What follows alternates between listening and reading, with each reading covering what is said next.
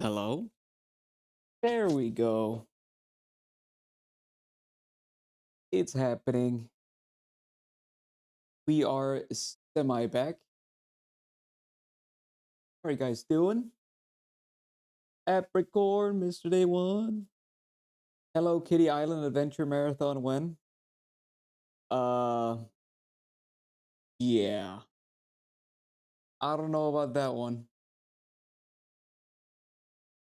I'm not subscribed, don't know what happened. Well, I haven't been online for a while, so maybe that makes sense. It's still buffering. I thought I fixed that.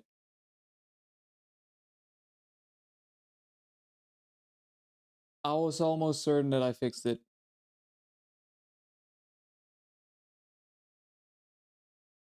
But apparently not.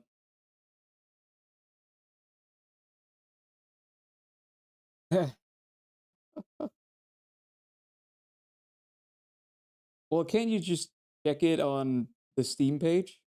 Unless your Steam page is private.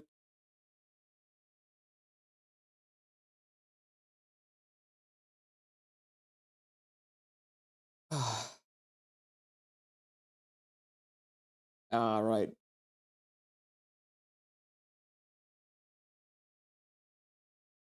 Wait, I haven't seen you play that game. Have I? I don't think so. Unless you're offline at all times. Oh, it's not on Steam. Maybe that's why. Yo, what the hell? Max? What the? What is happening? Max is back?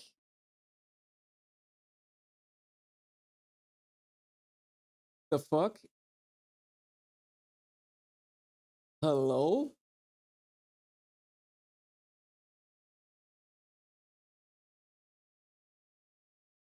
Oh, you can put one on private?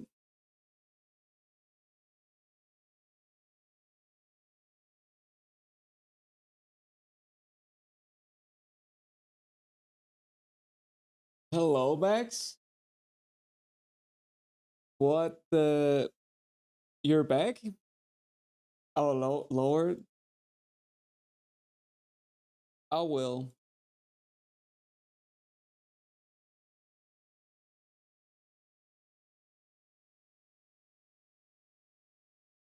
Loud as hell? Is it better now? Yeah, I was worried too. Because she kind of just dipped. Uh, but yes, things aren't going that well, to be honest. I hope it's better on your end.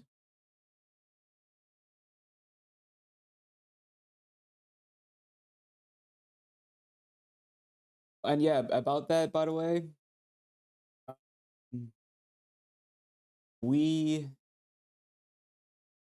are, well, I am gonna get a psychologist, not psychiatrist, psychologist in February. So it's gonna be a while, but it's gonna be okay. I think. What I'm hoping. So yeah, I don't know if I'm fully back, but right now I just want to enjoy some Path of Exile in 43 minutes. That's gonna be awesome.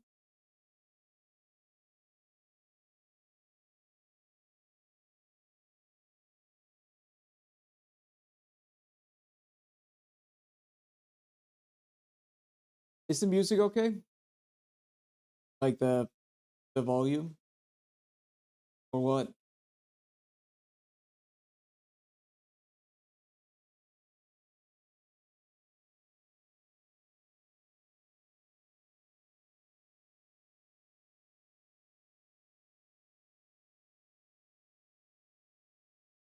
But hey, Max, are you back or no? Or are you just stopping by to see how I'm doing? 1 year anniversary. Oh my god, Epicorn.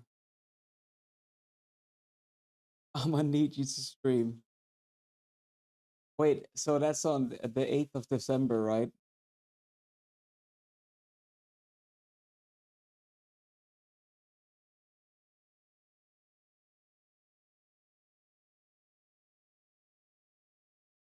I was quite ill, had a nervous breakdown, and in the meantime, I've lost 20 kilos. I guess that's kind of nice. I just wish you kind of, you know, contacted us instead of just nuking your everything. I don't know. Because I was freaking worried, man. But hey, I hope you're doing better. Yup, new Spotify Wrapped through. My listening age is 20. Because apparently I only listen to uh I only listen to new music, apparently. But also jazz. Bad Bad Not Good is still the number one.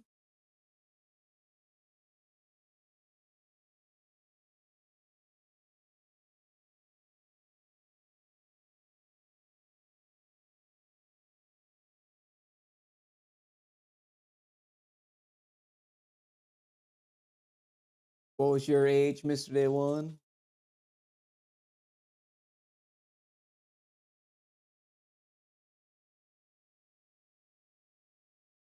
I just wish just gonna, you know, just said that you were gonna go. That would have been nice.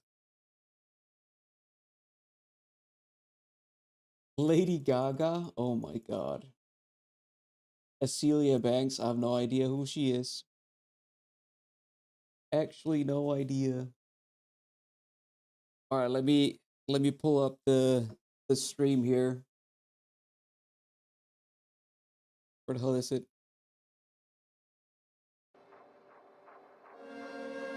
Oh, they even have their own music.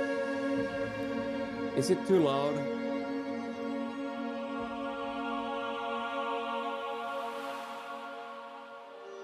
40 minutes. Oh my god.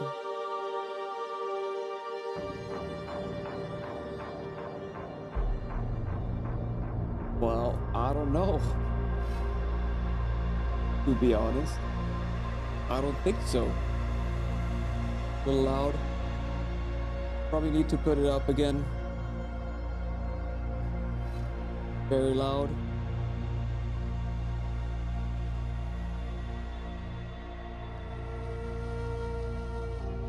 Can I? I'm gonna do this. Yes, we are. The new Path of Exile 2 League. It's gonna be nice. Hopefully. I'm definitely looking forward to it.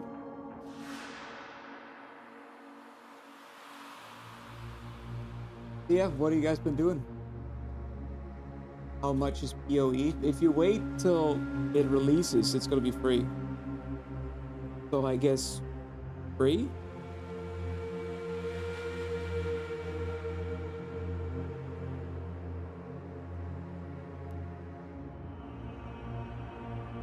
Yeah, sure, Max. Sure.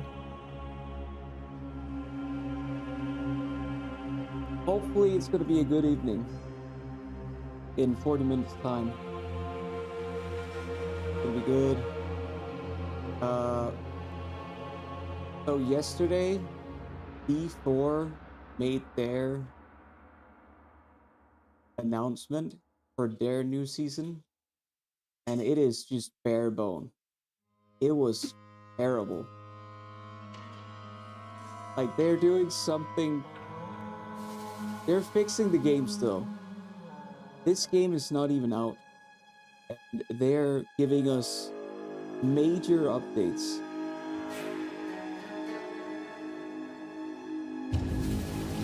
I don't know. And then they also reschedule it, so D4 is gonna be 11 hours before this league. Nobody is gonna play this.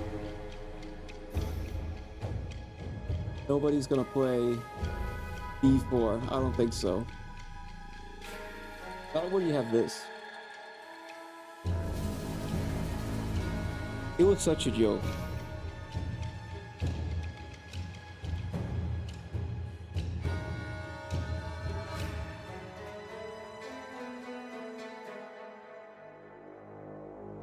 Hello, Warlord. Little more? Oh my god, is it that bad? 30%. We are watching the Path of Exile 2 League, the new announcement for Druids and the new Endgame, which is more than D4 has. Let's be honest. Where's my dog, Jan? I don't know. I don't know where he is.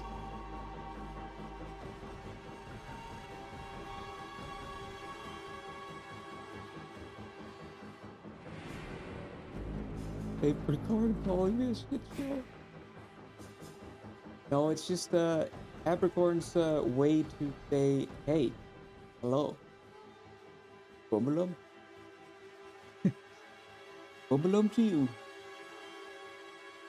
How are you doing, Warlord?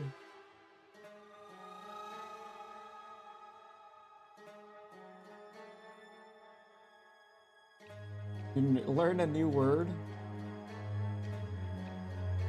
What's the new word? Bimmelin. Julefan. Yes. You can also do it without the N, and then that's just, you know, Christmas vacation. But if it's Juleferien, it is the Christmas vacation. So it's like putting the in front of it.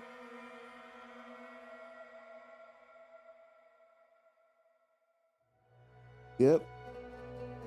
Now you got your Danish grammar lesson.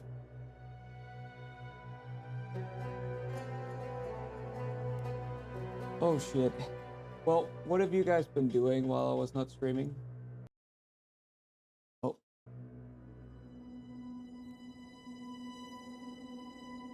Played any games lately? Any cool December games you're looking for? Oh yeah, that's right. Both of you working, Drew? Yep. Not me. Well, I guess on myself. And how is it being back? Got some people open and shit. Sounds crazy.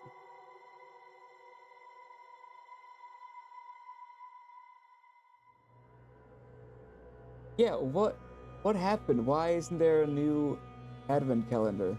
So, for those of you who don't know, in Denmark we have every day until the 24th, sometimes 25th, there is like each day there's gonna be like an episode, so it's like a series, but it's Christmas themed. And every time it's about like it's always about saving Christmas. And then you watch the episode every day and follow along with the new series. And sometimes it's even government backed, so it's like the government making the series. Kind of nice. Or they're just funding it. Yeah, we like our Christmas here. Also, it's kind of been decorated here. So, Mom went kind of crazy. 20 degrees, and now it's -5. I don't know. I think it's not that bad here, actually. Yeah, it's 6 degrees here, which is crazy.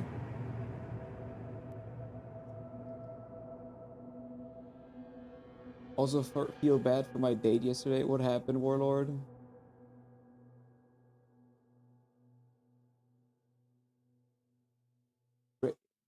Said that people raise the Danish flag is in the street to celebrate his birthday. Oh yeah, that's true. Yeah. If you have like good neighbors, they just kind of do that. And sometimes it's just like the place you live, they have like a flagpole. So if you rent like rent out a place where there's a lot of people and it's like one company, they kind of get your birthday and they have someone raise the flag for you. Yep, that's true. Again, the Danish flag is just a celebratory flag. It's just we call it the birthday flag. Our national flag is called the birthday flag.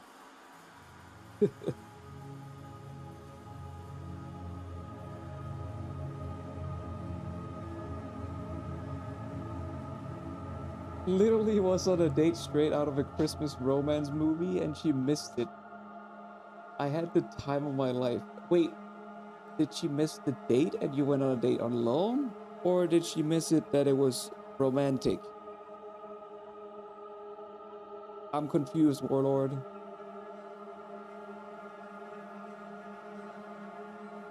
No, I don't think there's a lot of people that do that, Epicorn.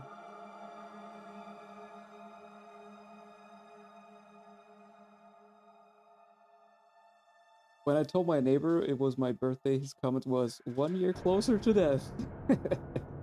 Well, to be honest, Swiss people are also kind of different. Don't you guys have like 380,000 bunkers? You guys are always super prepared. So you prepare for everything. There's no bullshit. Yeah, everybody has a bunker, right?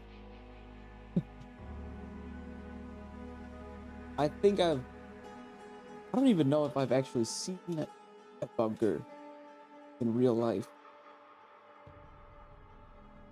You know, maybe some World War II bunkers that are not functional, but yeah. Yeah, that's true. You guys have guns. Can you walk around with them? Ah, right. So I kind of I saw this Yes Theory, where Yes Theory documentary. I don't know about the bunkers. It was kind of interesting. So apparently, they gave everyone guns and ammunition when shit hit the fan. Like, there you go. It's crazy.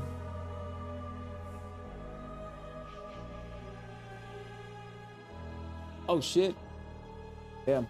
I took a maybe number, so I was lucky to not get drafted. It wasn't a maybe, it was, yeah, you're going in, but there were so many volunteers that I didn't have to. I was so freaking lucky. Uh, when I got the number, so I was super pissed. I don't know. I think it's bullshit. I don't think we should live in a world where it's necessary to have military, but whatever. Um, so I'm kind of against all this shit. I know it's necessary, but whatever. Um, so I walk in and I'm like, oh, I don't wanna get in here, and I'm just hoping to fail the tests, and everything I just do, like, it's good. You know, everything's all right, and I'm like, oh, couldn't I just fail the IQ test or whatever they make? Uh, and everybody, like, you also have a physical exam, so they just check you up. They grab your balls, fiddle them around. It's weird. Um, and everybody I was with, they're like, oh, I just want to go back and play Counter-Strike. And then they sit outside and they're like, we sit on a lot on a row, and people get in, get checked out, and then they go out, And everybody was just like, yes, they don't want me because I'm not, my body is too weird. So I wouldn't be able to handle any stress. So they're everyone was just, you know, physically uncable. And then I walk in there, hoping that I will also get it. But no, I was good. And then I get into the office, where you have like I think it's the officer or lieutenant, I don't know. One of the guys, where I have to draft. And you gotta do like a draft wheel. I pick one of them up, and then it's like, it's a very low number. And if you get a low number, you're like, it's like, you're in. You're gonna get in. So he's like, all right, where do you want to be stationed? And I'm like, that's fucking bullshit. And I'm just hitting the table. And I'm like, I'm begging him, please, I don't want to do this. This is terrible. I hate the military. I hate this. It's gonna be so bad. And he's like, you gotta choose. And I'm so pissed. And then I grab the number, I pick a place, and then he, before I walk out, he's like, hey, I think you could use the discipline in here. So I just slam the door, and then I go out, and I just take, like, they had, like, free food, and I just take, like, a shitload of the food, and then I just walk out. I was so pissed. Yeah, that was my draft story. But I didn't get drafted. Apparently, there was too many people that volunteered. So thank you, people. Oh, God. Oh, give me a minute. Okay, best cafe in town. Christmas market right outside with beautiful Christmas lights. Nice. Redecorate with red heart-shaped lights fixtures. And as I walk into the cafe, it has jazzy Christmas. Oh, nice. In a romantic tempo. Fireplace lit, candles lit at the tables. Okay. But what do you mean she missed it all? Oh no, so she actually missed. Oh my God. Didn't you feel bad? No. That's so bad. That sucks, Warlord. But I guess more for her, because you had a good time.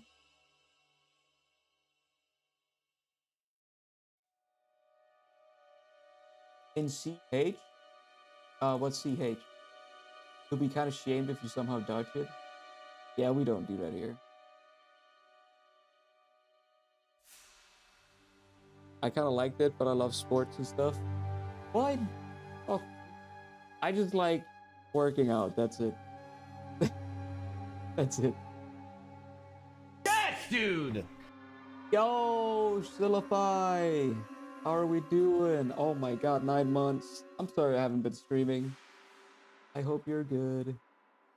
Oh, Switzerland. All right, CH is the Confederatio Helvetica. That's the font. Helvetica is the font. Font in Microsoft Word.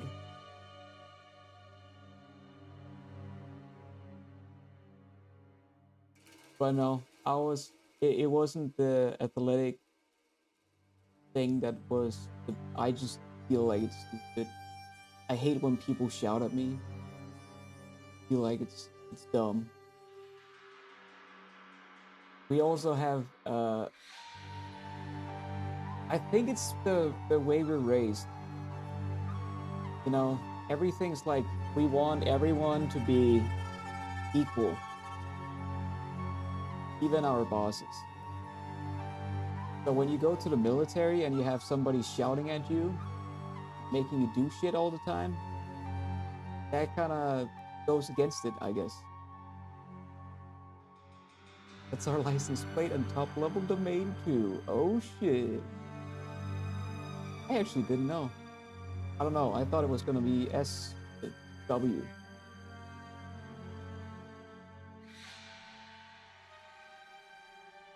Didn't have a choice, but it was kind of good. Yeah, well, I've heard some good stories as well. People kind of like it. Hoping for some banger news for the next update. Oh, it will be. It is. All right, so first up, P4 made their update yesterday, and they're launching their season 11 hours before. Nobody's gonna play it. Maybe for 11 hours. I don't know. I don't think I'm gonna play it next season. Uh, but here we get a new class, and it's the December update. They're gonna go on vacation. So if we look back on the previous Path of Exile seasons or leaks, every December patch has always been one of the craziest ones. And they're gonna fix Endgame. That's what they've promised. So not only are we gonna get a new class, but we're gonna get freaking Endgame shit. It's gonna be awesome. So Switzerland invented the Helvetica Fund. Maybe they did.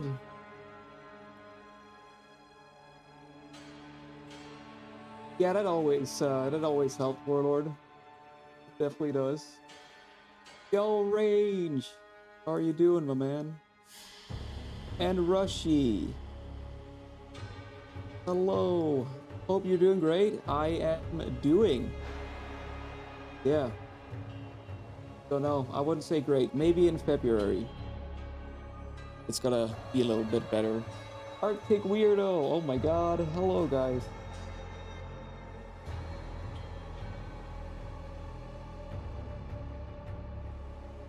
New chapter about to drop tomorrow. Is it from the series from that new chapter?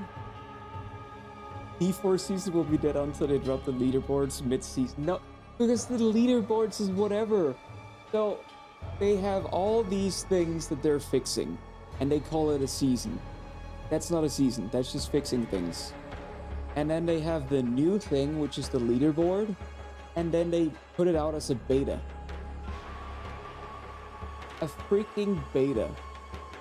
So everybody can get their gear, and then it's so stupid. They can get their gear, and then you compete. That doesn't make any sense. That makes zero sense. So yeah.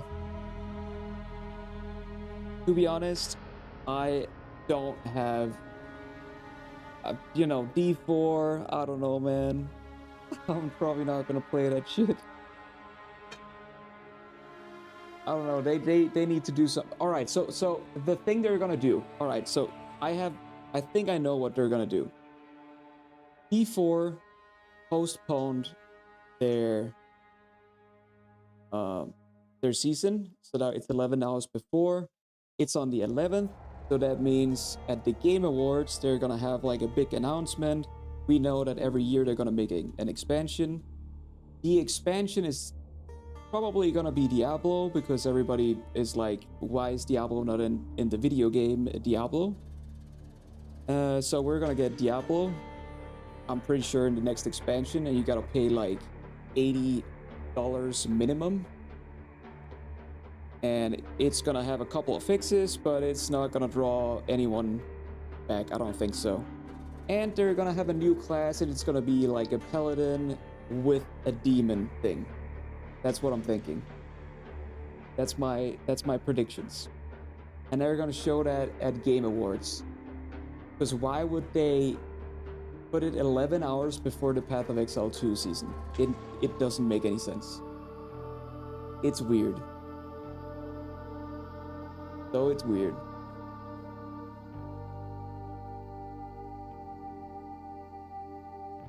You is doing. Yes, I am. Sorry, I'm gonna go back to the chat here. I'm good, end of year at work, so you know, stuff is happening. When are you guys gonna get vacations? Gonna be like on the 19th or 20th or 21st. Oh, One Piece. Oh my god. Wait, One Piece? Are these... How many hours of One Piece is there? The winter months are rough. It's not the winter month though. Unfortunately. No, I'm getting a psychologist in February, so I'm just waiting. I'm just surviving at the moment. But hey, at least there's drops here from Path of Exile 2. Yeah, I know. I gotta watch From. I know. The next Weddle Wednesday. I don't have the I gotta pirate it then. Yo, Chaos Lord. I'm sorry. I just got into it. So hardcore full level stream. Yep. I'm gonna be playing hardcore for sure. How are you doing, Chaos Lord? Yep. Hardcore on the 12th when it releases. That's for sure. Oh yeah, the fixes are good, but it's not a season. It's not a season to fix things. And also they made the Vaal orb in D4 where you can like corrupt stuff, but they took the corruption shit out after the PTR. So you're not even gambling. And again, the loot is so deterministic. It's so stupid. You're just, I don't know. You can get full gear in the 11 hours and be done with the game. I don't know, man. A fix should just be a fix. It should be a patch, not a freaking season. They've lost all their credibility. Oh shit, okay, give me a moment. I see request here. Wait, why didn't it? Yes. Oh, there we go. You're gonna get it. You're gonna get it. Bird overset Spieltitel på Steam till dansk, skrank slag kappa. Overset Spieltitel. Wait, what the fuck is Skrankeslag? What the hell is that? Alright, put Lord chat. Yeah. You're gonna get it. There you go. Pants. Shirt. It was the first thing that I got. And black socks, because I'm not working out today. Or tomorrow. I think.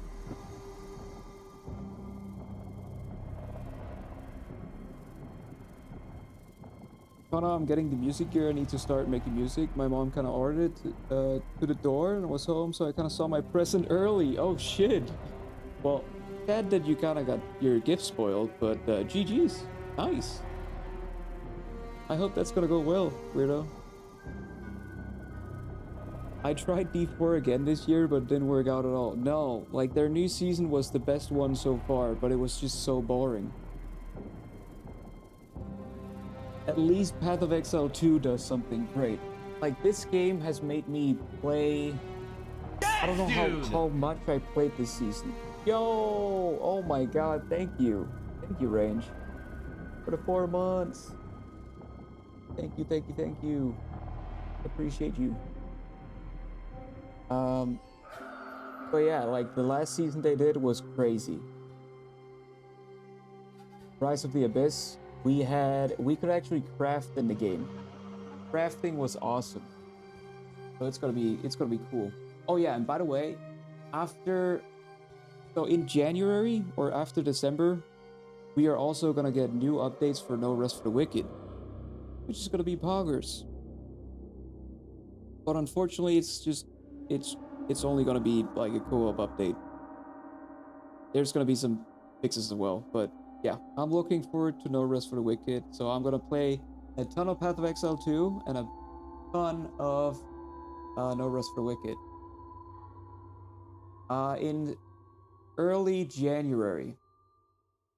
So I think at the end of December, they're gonna have like their announcement.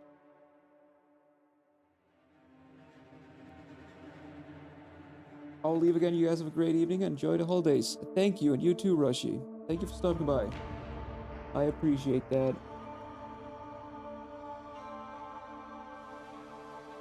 Rage, you got it. Did you miss it?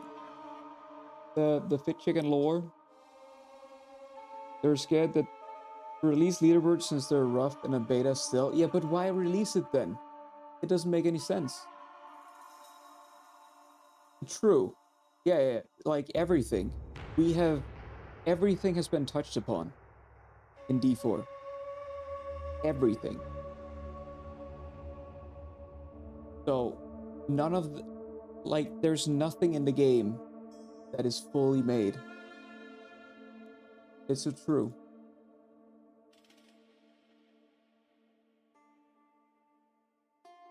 "650 episodes in One Piece?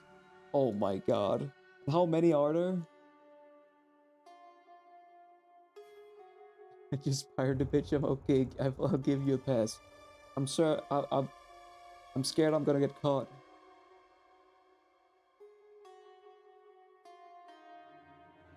True.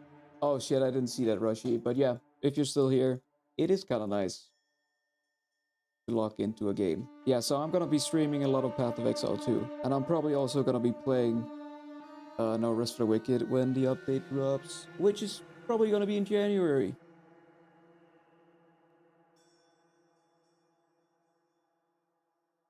And I'm glad, Chaos Lord, that you're good. I'm just doing. I am doing. Not great, but I'm doing. But I think it is gonna get better. For sure. I just gotta hang in there. What kind of black magic summoning was that TTS? It was Danish. Yup. Path of Exile is gonna be awesome. Oh yeah, that could be nice range. I'd love to do that. Let's do that. Let's do some No Rest for the Wicked. 1,151 episodes. That's crazy. What the hell?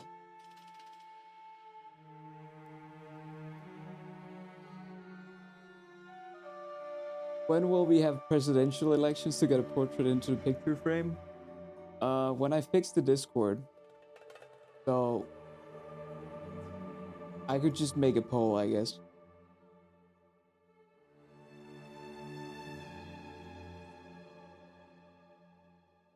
Yeah, 1,150, and it sounds like we're getting to the end of the show, so maybe 100 and 200 episodes yet to come.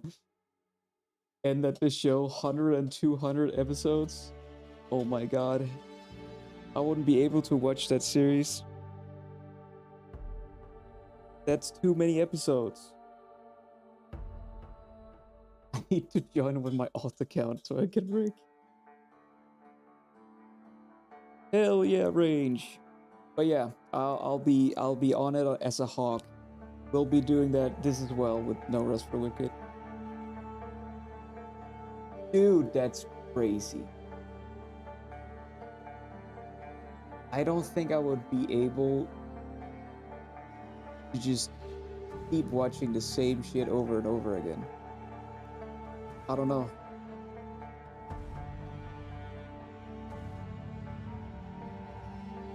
The live action is pretty good. Really? Aren't every live action just complete dog shit? That's gotta be a first. The manga alone is over 100 episodes ahead. Oh my god. I think I've heard somewhere that the guy has like 1,000 episodes still. I don't know.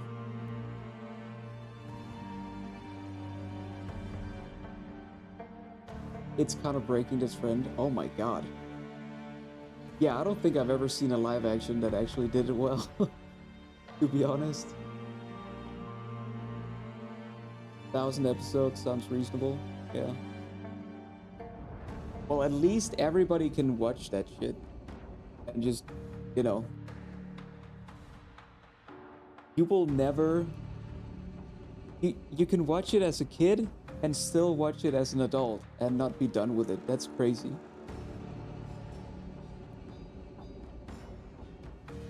Oh, I guess Oda is the guy that made the series? Or the manga. I don't know.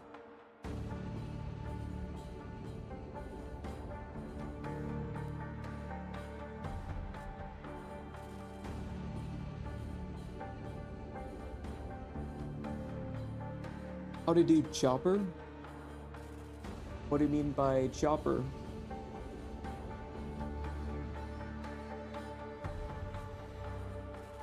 Oh, he's the creator of the manga. Alright. Yeah. Oh my god. Could you... So, the feeling I get... when I finish a series, you know, you feel so empty inside.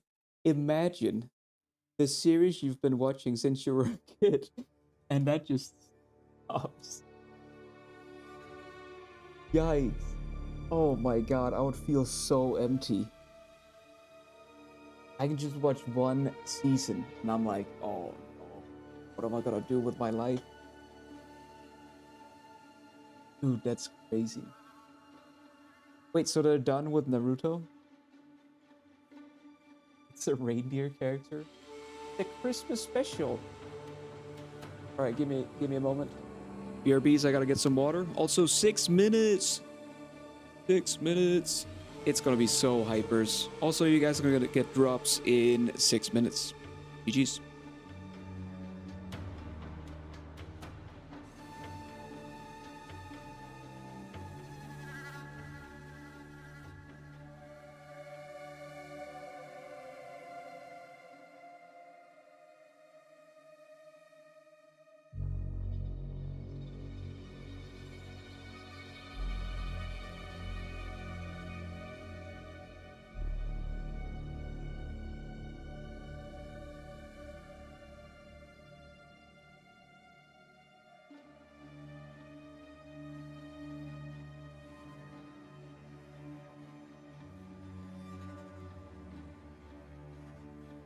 Dude, I'm so hyped. Oh my god, I'm so hyped.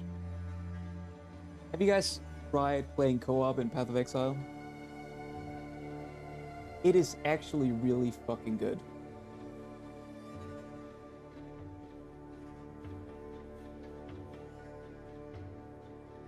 Also, you can play like the controller.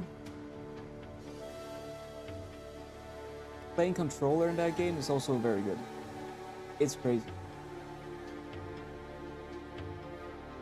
I've had a good time. Shonen Jump Weekly Magazine and made it monthly because Oda has to focus on finishing. Oh my god. Alright. Boruto? Wait, is that real?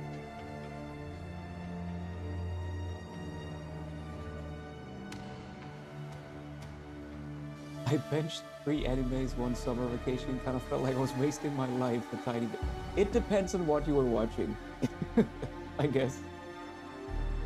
I still need to finish. No, I can't remember the name. The one where they drive around. The noodle guy race. The guy that's racing. What the hell is that called? I think I need like 3 seasons of that one. Dude, what is the name of that one?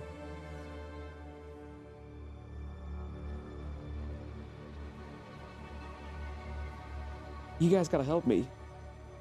The one where he races and he's just freaking goated because he delivered noodle soups in the morning. And there's like the craziest soundtrack ever. What the hell is the name? Initial D. Yes, exactly. I think I need like 2 seasons of that one. It's so fun. I didn't think I would like it, but no, it's pretty damn good. Oh, Boruto is Naruto's son. Alright, I've never seen any Naruto.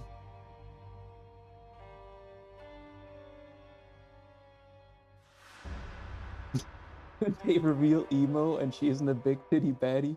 I'm gonna drop this bitch. Oh, how is there 300 episodes in an... Oh, I just want to call it a new series. I've never heard of it. That's crazy. The girlies don't vibe with it? Damn.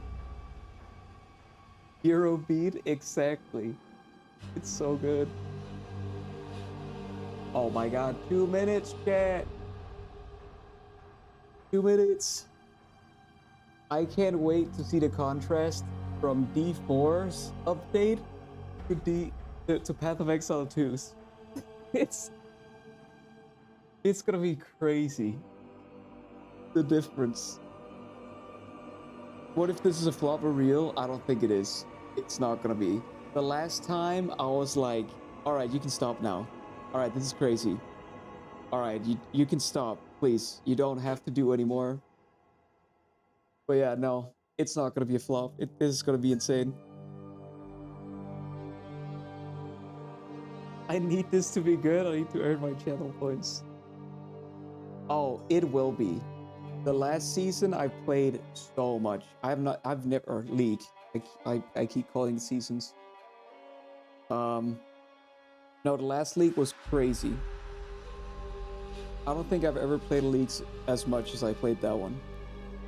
Even like the last 2 weeks of the League I played. It's crazy.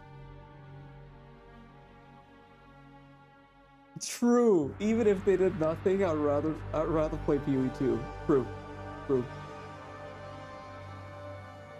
It's probably not going to be a marathon, but I'm definitely I might actually be streaming every day when it releases.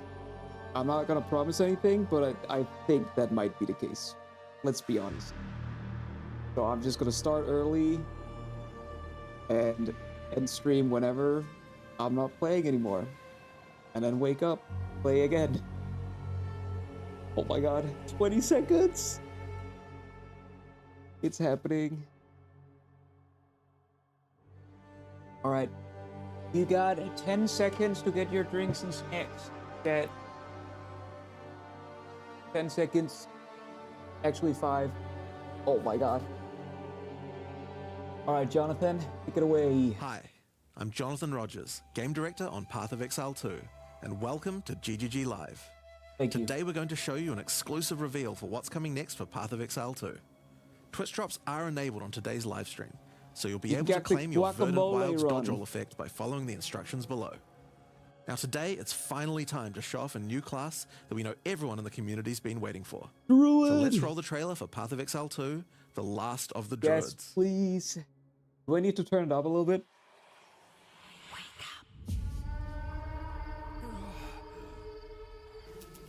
It's good? Okay. Oh my god. Druid is naked. No! No buffering. I can't. Well, Don't do that. What have we got here then? You lost, fella? Hey, we're talking to you.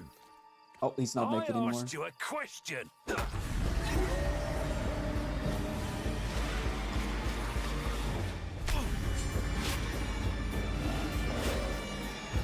Ha!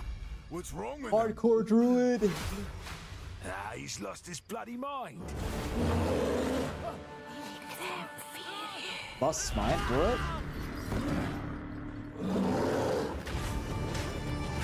Oh my god! Alright, you can also make guacamole. Oh! Alright, where's the lightning? We all know that lightning is the best. So, where's the lightning? Oh, lightning pets. Okay. So that's gonna be the best spell. I'm calling it. What the fuck? A dragon? What?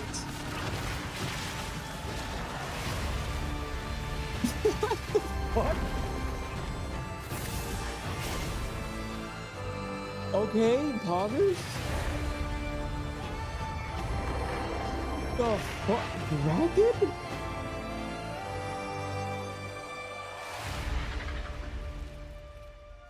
I will find you, Eve. Alright, lightning, tornado is going to be the Now, best as one. you can see, the Druid is Oh, a word, shape-shifting right, elemental right. spellcaster. After his fellow Druids were destroyed by the King in the Mists, the Druid lost his humanity in the forests of Ogham, where he wandered for years as a beast. Now, finally reawakened, he's determined to find his lost wife and regain his humanity. The Druid has been one of the hardest classes for us to design. As well as having human spells, he has 3 animal forms, and we wanted to make sure that there were interesting combos between all of them. The Druid is our first hybrid strength and intelligence class. That means he needs to have the ability to use spells and attacks. As a human, the Druid typically uses magical staves to harness the powers of the earth and the natural world. One of the first skills you will learn is the ability to create small volcanoes from the earth. This skill spits out balls of magma at your enemies, and will continue to do so for some time. While the volcano is active, turn into an animal and wade into melee range. Many of the skills you use as a human last for a significant period of time, giving you a good chance to turn into an animal and rage out. But how do you turn into an animal, you may ask? Well, the answer is a new weapon type that Druids use, animal talismans. When you equip an animal talisman, you can choose which animal form you would like the talisman to represent. Oh my god. Depending on what you choose, you'll be given that animal's basic attack as a new skill to equip. Yo, Severin. For a bear, that's Maul. To turn into a bear, so sorry, simply man. use the skill. I'm actually Your so character will sorry. instantly transform into a But bear dude, and attack. yeah. If you want to change back to a human, just cast a spell. You will instantly swap back and cast it. We wanted to make sure that swapping between forms was seamless and immediate. Changing forms should be something that you do without even thinking about it all the time in battle. I don't have an In order excuse to allow except for hybrid melee and depression. caster gameplay, most of the skills you use in your human form last for some time and aid your animal skills in some way. The volcano we used earlier will emit more molten balls whenever you hit it with a slam, making it perfect for use with your bear form's furious slam. Alright. While in bear form, many of your abilities use rage. There are a lot of ways to generate rage, but the easiest one is simply smash your enemies with Maul. Once you see the runes on your back glowing, it means you have enough rage to do a much more devastating version of your furious slam. This is a new update. Your bear form can also go on a rampage, stomping the ground as you demolish your foes. Oh my god. The more rage you have, the longer the rampage lasts, and doing it over a volcano makes it even better. Okay. As you consume rage, your bear form will generate endurance charges, and these can be used with skills like Ferocious Roar. Hey, we got a new ways to get endurance Ferocious Roar charges. is a war cry that empowers your subsequent attacks to break your opponent's armor. The more endurance charges you have when you use it, the more empowered attacks you will gain. But Ferocious Roar has another special feature too. It's a meta gem that allows you to socket any Warcry gem from another class into it, giving you the ability to use these skills as a bear. Use the Warrior's Infernal Cry skill to make your enemies explode.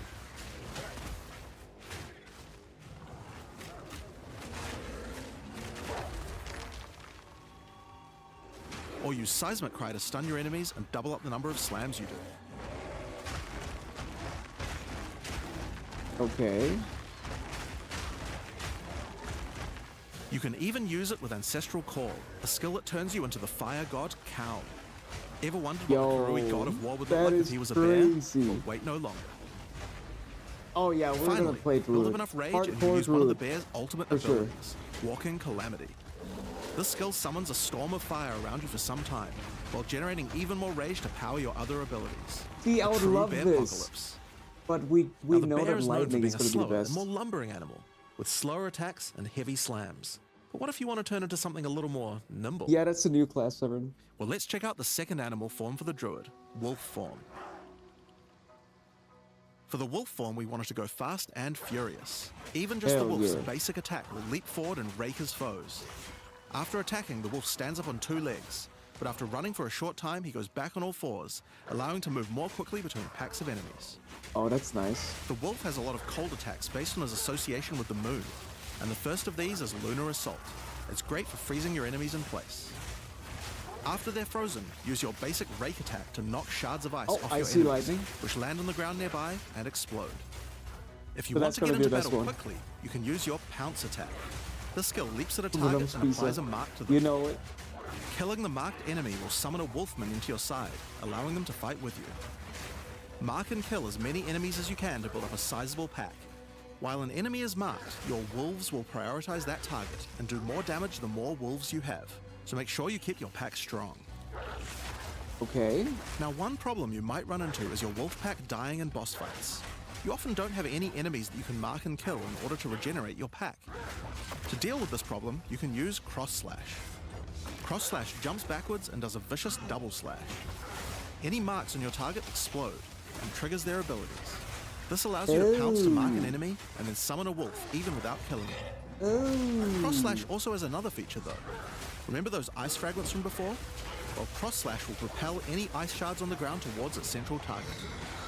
First, freeze your enemies with Lunar Well, on the Assault. 12th server, Then and it's rake going to them be to create as free. many ice fragments as you can. There's going to be a free Then follow weekend, up so with everybody Cross can Slash try to it. generate a field of icy explosions to I'll obliterate definitely your try it. enemies. If they're still alive after that, your pack of wolves can finish them off.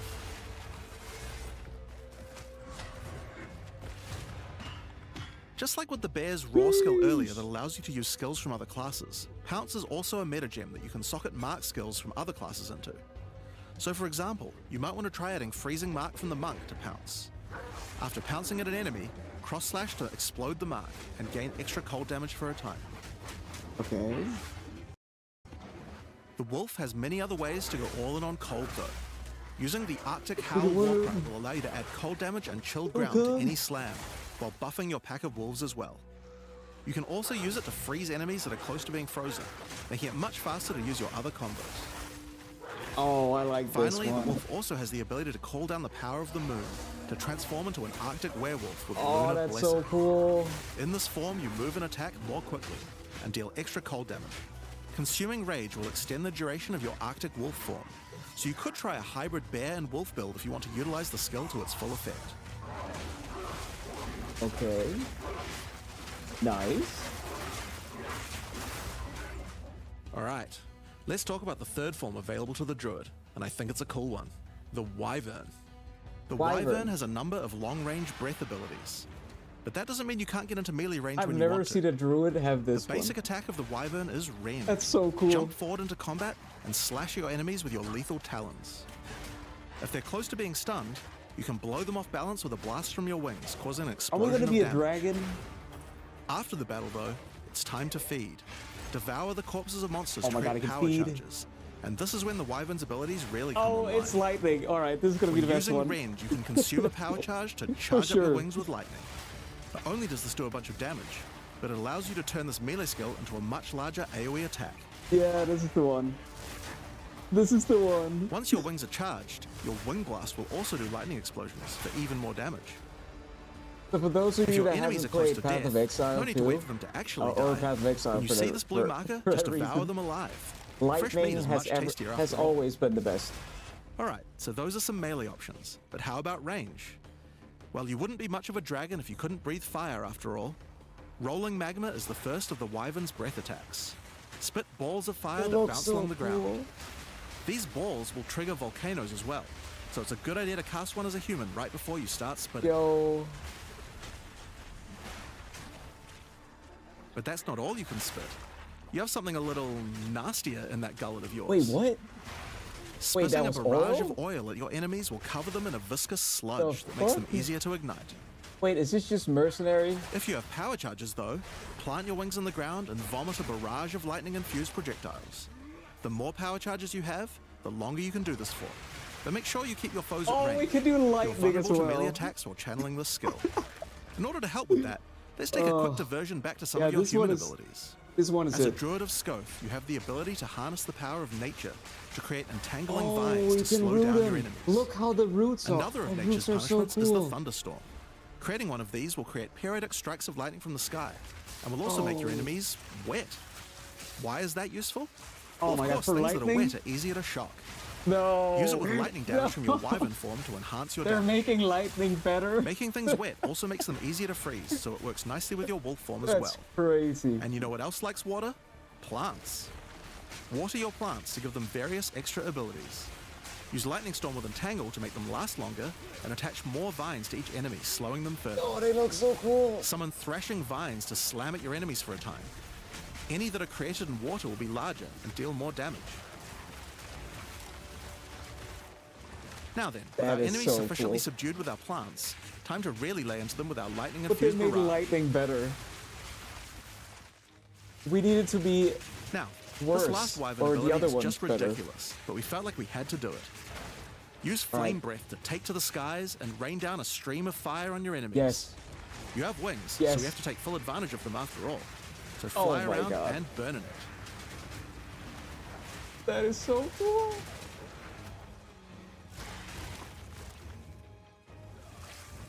Now there are a few other skills we didn't cover, but there's one in particular that I think will open up a lot of No, builds. it's alright, Severin. Spell Totems. Spell Totems are meta gems that let you create a totem that will automatically weirdo, cast any that's spell in the crazy. game for a time. In order to create one, you will need to spend 3 endurance or 3 power charges. You could use them to throw fireballs, summon comets, or shower the area in lightning. Really, the options are kind of endless. Your bear form can easily generate endurance charges by consuming rage, and your wyvern form can easily create power charges by eating corpses. So it's pretty easy for the druid to get the charges needed, but they're also available from quite a few other places as well. I'm sure we'll be seeing a lot of different spellcaster classes Of thinking course, about we're how best seeing to a take spark advantage of build these. on a druid. Now, of course, along with a new class comes a bunch of new support gems. We've added Oh. over 30 new supports throughout the game, 30. but I'll show you a few of the cooler ones here. Yes, please. Fan the Flames can be added to any wind skill to spread fire from one ignited enemy to the other enemies behind them. Ooh. It's great for the Wyvern's Wing Blast. But you can also that's use it cool. on many other classes with wind skills, like the Twisters on the Huntress, or the Monk's Nice. Staggering Palm Projectiles. Nice. Okay. Accelerated growth causes extra explosive plants to erupt from the ground whenever you grow plants with rain. Ooh, crazy poison And build. Advancing Storm changes storm skills like your Thunderstorm or Tornado to move across the battlefield. It's great for watering plants en masse, Oh my or to turn tornadoes into a real disaster by sucking up multiple ground effects as they travel along. Oh my god. And the Sorceress might like to use it with Firestorm as well. Yes, of course. Of course. Echoing Cry causes your Warcry skills to echo. They will repeat a couple more times with a delay after you use them, giving you more empowered attacks. Use it for the Druid's animal form Warcries, Ooh. or on the Warrior for a nice power boost. Are we gonna get a new weapon? Grounding Shocks causes monsters you shock to turn into That'd be living cool. Tesla coils, arcing lightning to nearby enemies. You could use it with your empowered wings for an extra damage boost, but it's also great with any other shocking skill. Try it course out with we're doing Lightning lightning. Spear. It obviously needed more AoE clear. There's a whole pile more, but we'll leave those for you to discover. Okay, okay, nice. Now with a new class comes new Ascendancy classes. The Druid will have Yes. 2 options for now, with a third being released later. The first class is the Shaman.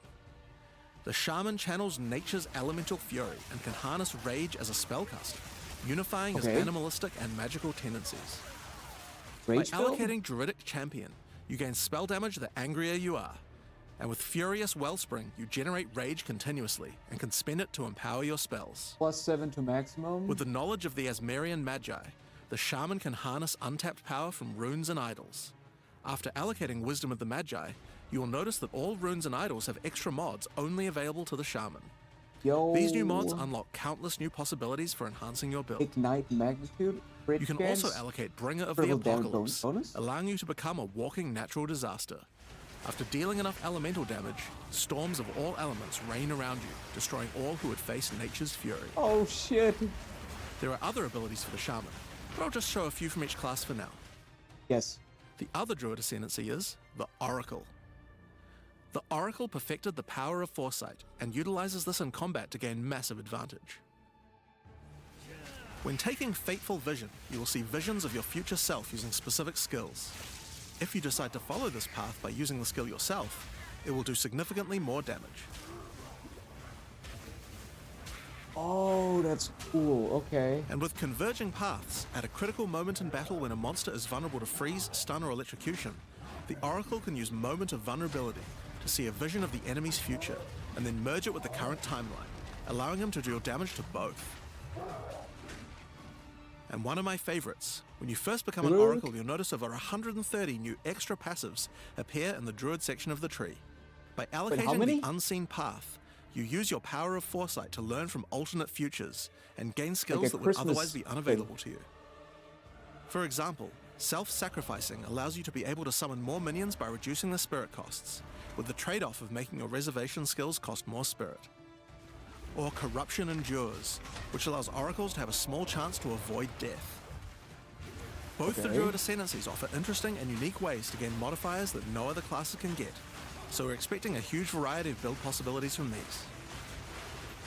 Now there are unique talismans for the Druid to use as well. We won't spoil all of them, but this one was particularly cool. Fury of the King turns your bear form into a fire demon, converting most of your damage to fire.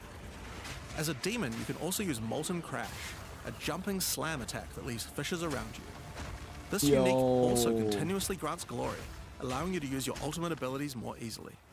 Now of course, the Druid isn't the only thing we're adding to 040. We still have a bunch more to show. With every new release, we create a new league with new mechanics, new pinnacle bosses, and with a new story to tell. And this time is no exception. So let's roll the trailer for the fate of the Vaal. Oh my god! The palace of Queen Atziri. Atziri! It is a ruin, but in the dark, machines still churn.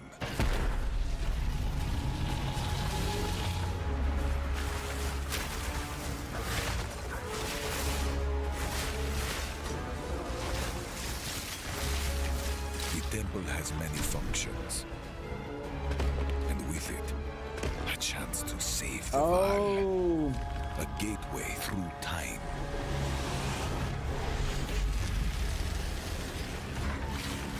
Travel into the past, again and again.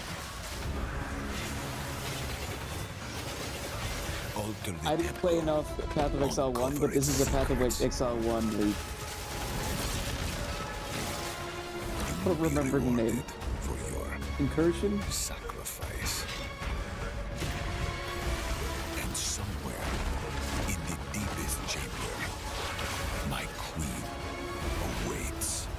Oh shit! I beg of you, hear me. The beast cannot give you what you desire. You may have studied it, Doriani, but you do not know it like I do. It adores me. Come now, give unto me your desire. At last, fulfill my soul. Damn!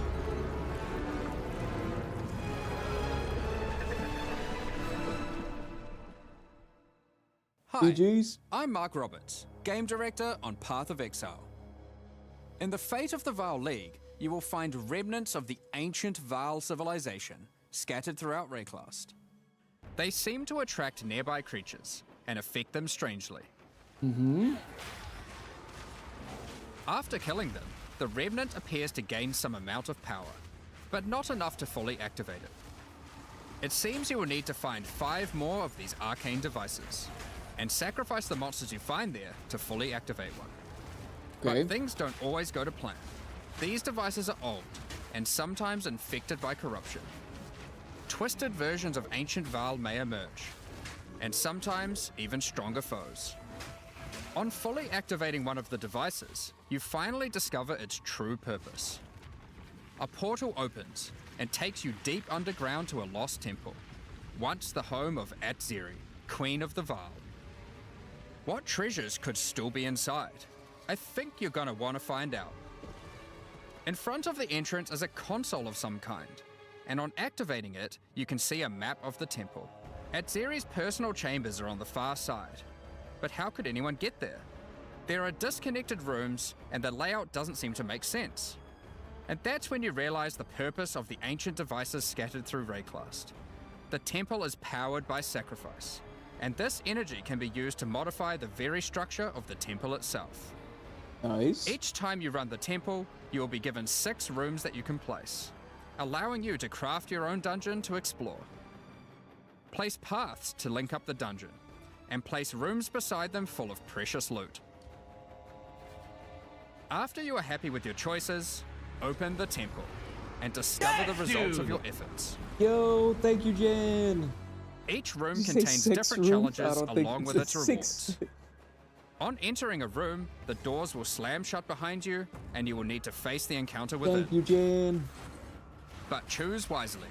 It's important where you place the rooms to get maximum returns. I appreciate you. For example, when placing a commander, you could just place it anywhere along an existing path, but a much better strategy is to place it next to a garrison of troops for him to command. With better leadership, the garrison will level up, making the monsters harder, but also more rewarding. Different rooms have different requirements for leveling up. For example, if you want to fully level up a smithy, you will need to supply it with golems from an adjacent golem works, and hook up a generator to the power network to supply it with power. After doing so, the golems will be powered up, making them much more dangerous. Damn. You don't need to memorize what interacts with what. When selecting a room, you will be shown the locations that will make other rooms level up, and exactly what effect it will have on the temple. Okay. After running the temple, a few of the rooms will destabilize and be removed. It will be up to you to rebuild the temple, adding 6 more rooms each time you come back, making the temple larger and larger and larger. So, that's the basic functionality of the temple, but there is a lot more. Once Doriani finds out about your travels to Vaal, he will attempt to persuade you to take on a new mission. The temple entrance contains a prototype of the time portal device.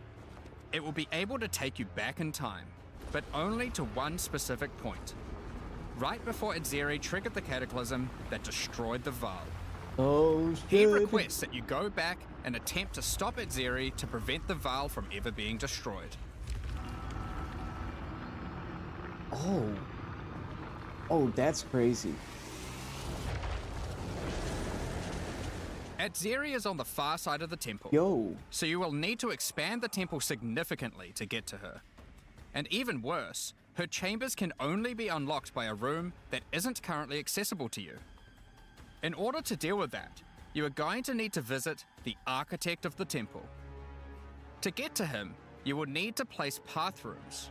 But while doing so, you will probably want to exploit some of the Vaal technology only available in the past. Once you can travel into the past, a whole new set of rooms are available to you, and they have some pretty insane rewards. At level 1, the corruption chamber can be used to corrupt a single item. Okay. But placing it next to a thaumaturge to run the place, and a sacrificial chamber to provide soul energy, you'll be able to level it up. And it's worth it. Because once you get the room to level 3, there are some very nice rewards to be had. In a level 3 corruption chamber, you will find this mysterious device. It has a slot to place an item, and it only accepts items that are already corrupted. What will happen to them? Well, normally once an item is corrupted, you can't modify it any further. But this device allows you to corrupt your item a second time, adding another enchantment. Yo! This has the capability to craft some very powerful items indeed. But be warned, the Vaal are all about taking risks in the pursuit of power. There is a 50% chance that the item will be destroyed. Oh my god, we're gonna corrupt everything. We're gonna double corrupt everything. I'm gonna lose all my items. Each room has its own interesting mechanics and rewards when it levels up. Many of them contain bosses to fight, special drops, and in many cases, new crafting opportunities. For example, a level 3 alchemy lab has a nasty Vaal construct to fight, but if you can defeat it, you can find new corrupted soul cores. like Guatalizzi's Thesis, which on boots allows you to sacrifice your life to run faster. Oh, nice. Or Sita Qualotl's Thesis, which on gloves will revive one of your minions whenever an offering expires. Nope, not B4. Get a sacrificial chamber to level 3, and you will need to face a highborn priest of sacrifice. Defeat him to be able to further corrupt a Vaal unique, modifying it in unpredictable ways. You know, the currency. One of the mods of this unique will be removed and replaced with another random mod. Understand. For example, this Soul Mantle. It gives you an additional totem, but lowers your totem's life and curses you when they die. By using the machine, this could result in a terrible item if you remove the good mod, but also some amazing items if you replace the downside. Oh. Now, one extra thing to mention about these Vaal crafting machines. Oh, this is the gamble. You don't have to take the items you want to craft into the temple. We're just gambling. If you don't have the item you want to craft with you at the time, then clicking this button will allow you to create a currency item instead, allowing you to do the craft later or trade it if you want. Oh. Now, there are all sorts of interesting rooms you can find in the temple, but the last one I want to show you today is the Flesh Surgeon. A Vaal Flesh Surgeon can be leveled up by placing him next to a high-level synth flesh lab.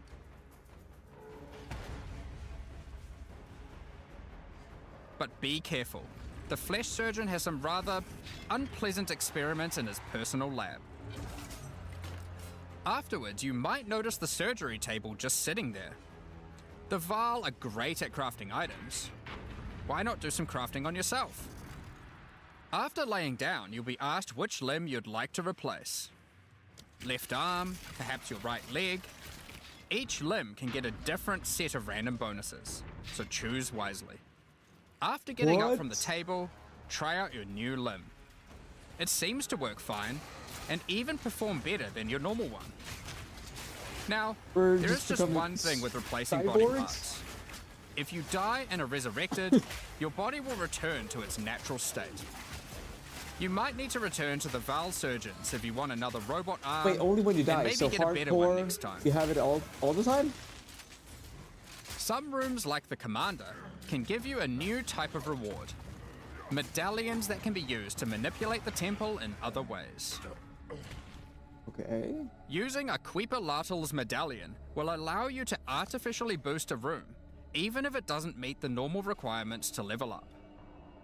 And a Huatalotli's medallion will stop rooms from destabilizing when you complete a temple, allowing you to guarantee getting a reward a second time. Great if you want to stock up on double corrupts. True. Now, double with all corrupt. that aside, oh my God.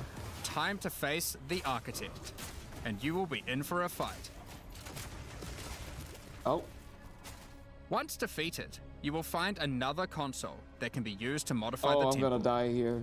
But this one is special. It allows you to place new types of rooms with specific rewards. There are rooms with specific uniques, special runes, and currency. But also a few other, more niche crafting experiments. Like this one, that can extract the socket balls back out of an item, at the cost of destroying it. Oh. Oh, but now, okay, that's something really important is that's every so good. league we release a significant amount of content for the endgame. Oh, that's so good. In order to don't make sure that the fate of the Vaal works well for late game players, we've added many mechanics to make sure that you can scale the difficulty and rewards to match. Getting some rooms to level 3 adds extra mods to the entire dungeon, and these stack with each other. So in endgame, when you can get some really big temples, you can generate a challenge that can even match the strongest of characters. We also start to introduce ways to store up energy for the temple, allowing you to save up many runs so you can do them later at your leisure, and not interrupt your mapping too often. Now in each league, it's important that we have a new pinnacle boss to test your character's might. In the Fate of the Vaal, you will get to face Adzeri while she was at the peak of her power.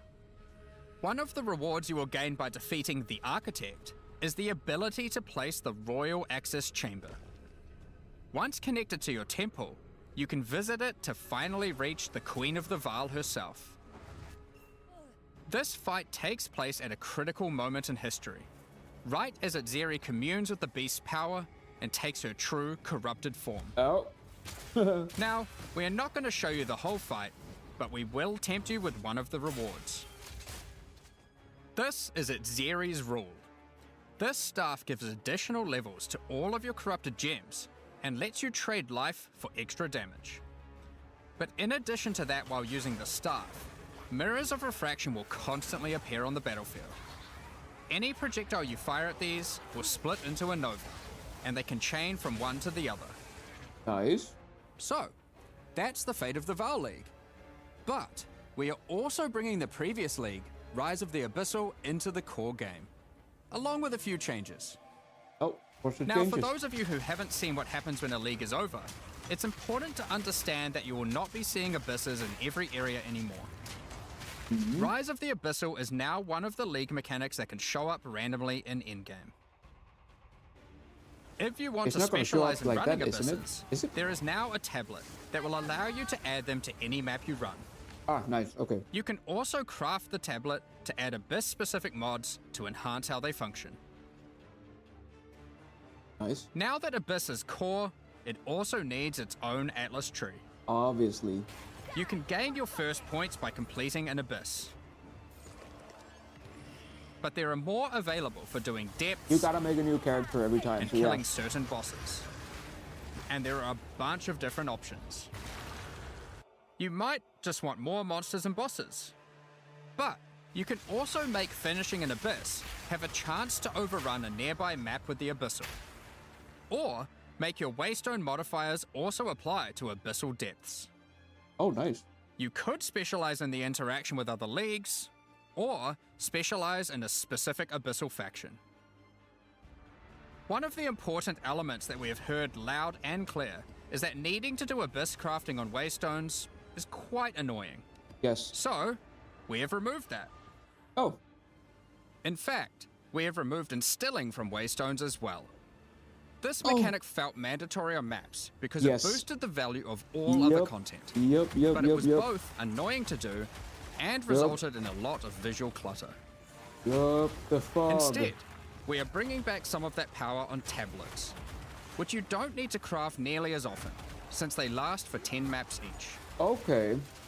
Okay, I Once you like that defeat the thing. Arbiter of Ash, you will be able to upgrade tablets to a rare with 4 mods using regular currency.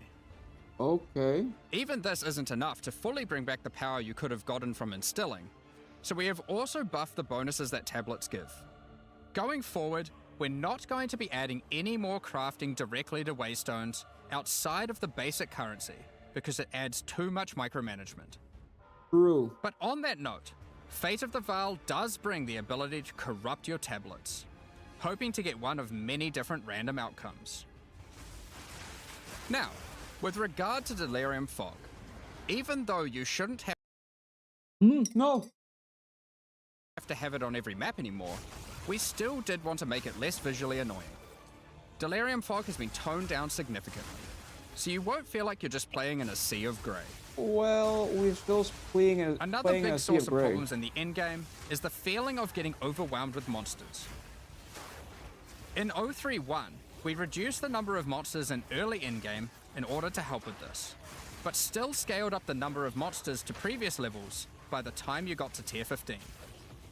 Well, after letting this simmer for a while, we are still getting this kind of feedback. So we are no longer going to scale up the number of monsters you go as you get deeper into the endgame. Instead, we are scaling up the difficulty and rewards by the same amount. So to be clear, instead of increasing the number of monsters by 40%, they will instead drop 40% more items, grant 40% more experience, and have 40% more life. In addition to all the normal scaling they get due to being higher level. This only applies to regular monsters, not bosses. We have also reduced the speed modifiers that monsters can get sometimes, which also helps a lot with this. Now, we did have a large amount of content for endgame planned for 040, but unfortunately we just didn't get time to finish it. No. The scope was a bit too large, and so we'll need to wait Just until put it in 050 beta for like that. G4. But rest assured, there will be a ton of upgrades for the existing leagues, as well as new pinnacle bosses, and a significant overhaul to the Atlas passive tree coming soon. Now, another problem that becomes a much bigger issue in the endgame is game performance. Hey, game and we have done performance. a lot of work here. Hell The yeah. primary issue is CPU load. And to address that, a lot of things have been shaders. optimized. And we have done a lot of work to take advantage of more of your CPU cores. Cool. You should see frame rates of at least 25% higher, and a lot less bad frame spikes during gameplay.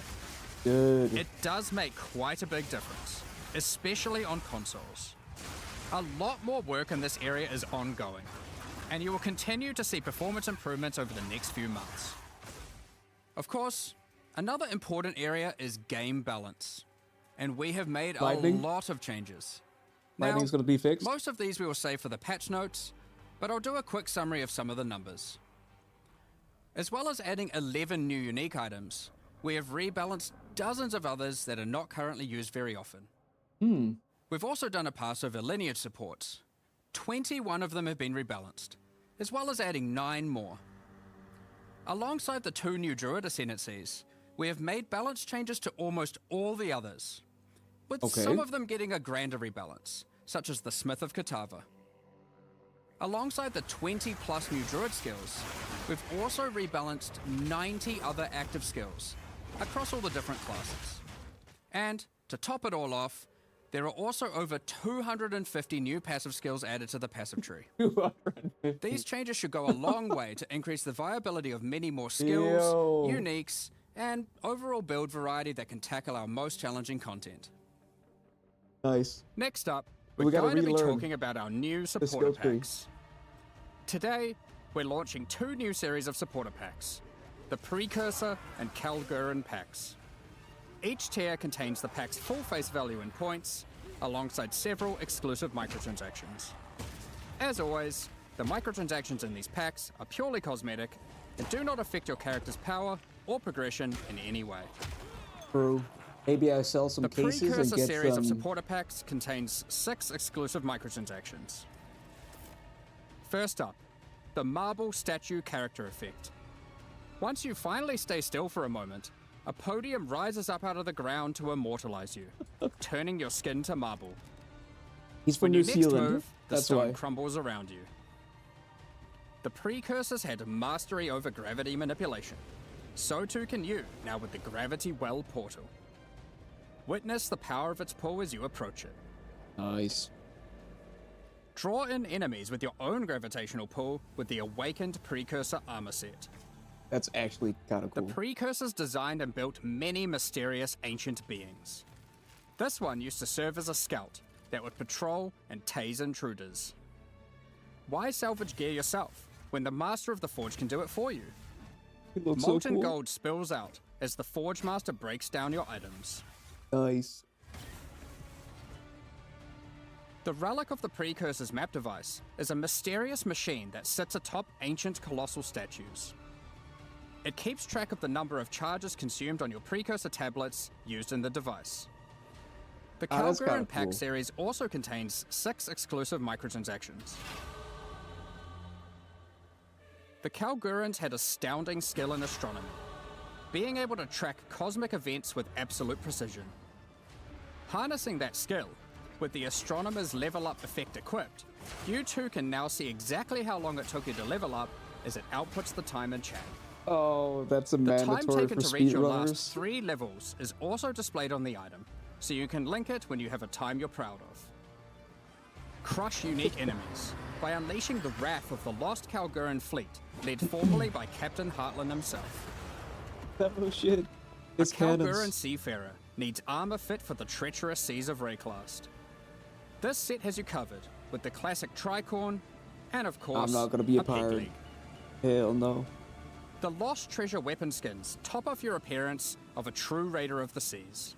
The fuck is These that? gilded weapons can be applied to wands, 2-hand maces, and shields. Alright, that shield is crazy. After a long day of plundering loot, retreat to the Kraken's Cove hideout. a home of some of the most deadly ocean-dwelling creatures in Rayclast.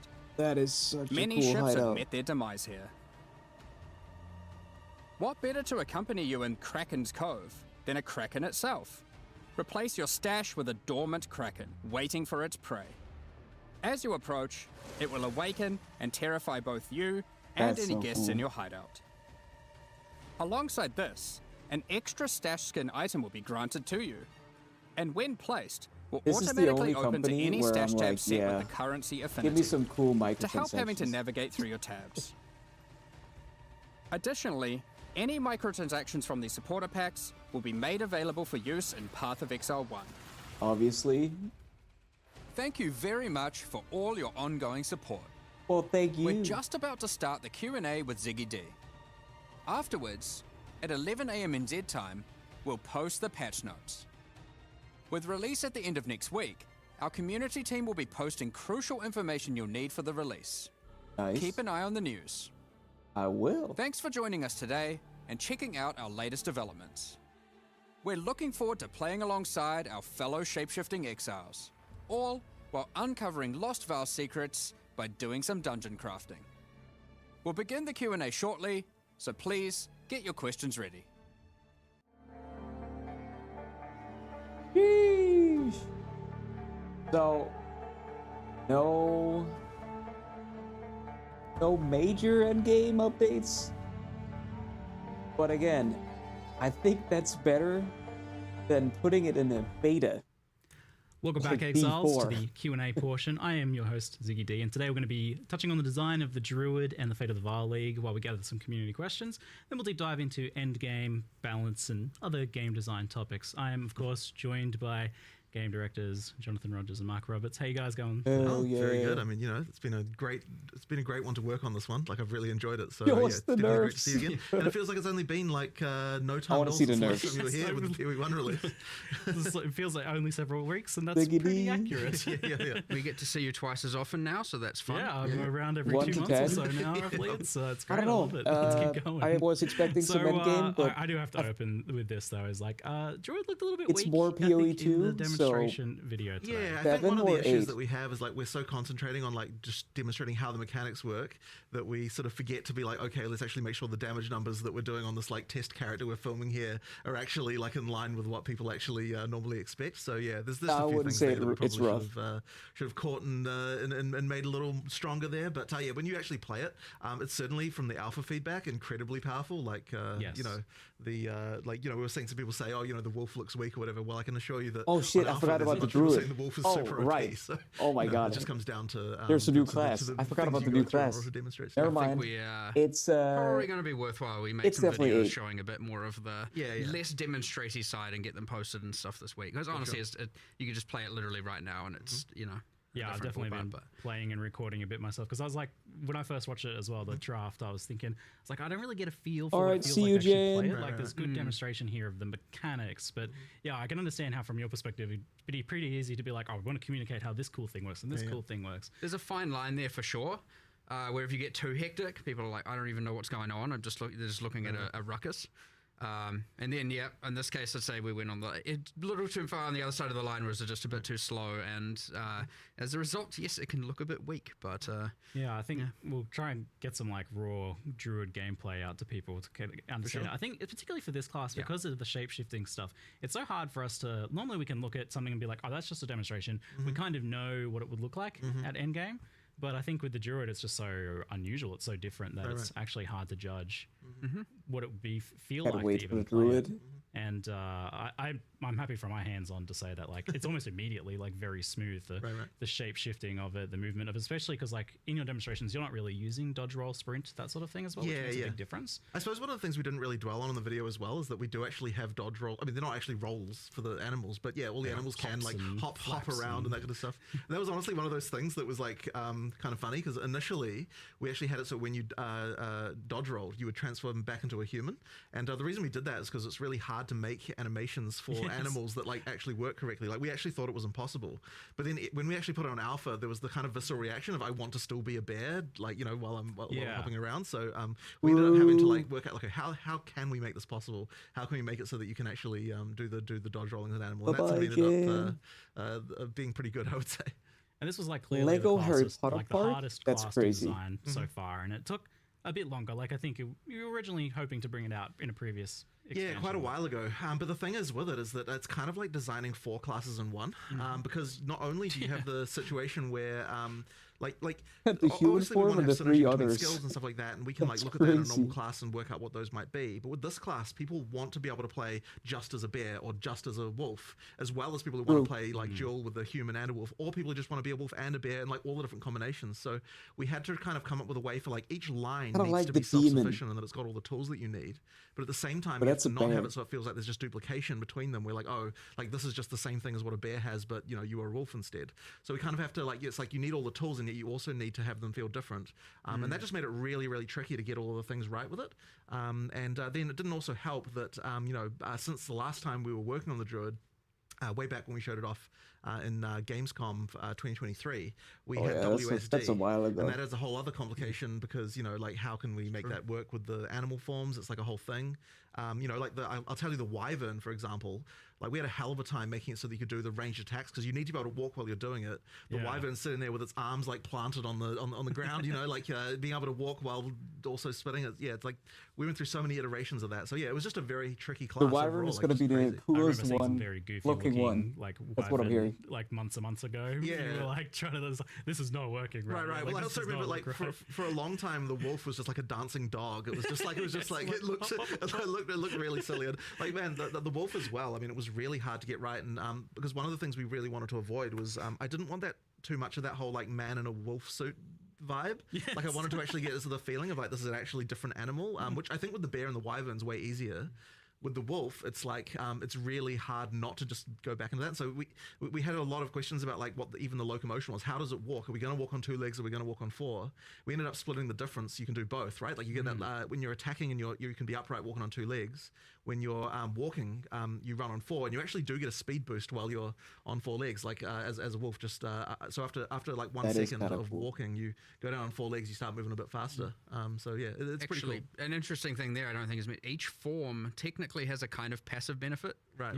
So obviously you got the running fast as a wolf. Can't remember exactly what the wyvern ones were, but like for the bear, for example, because you're just a bit bigger, a bit of a tank.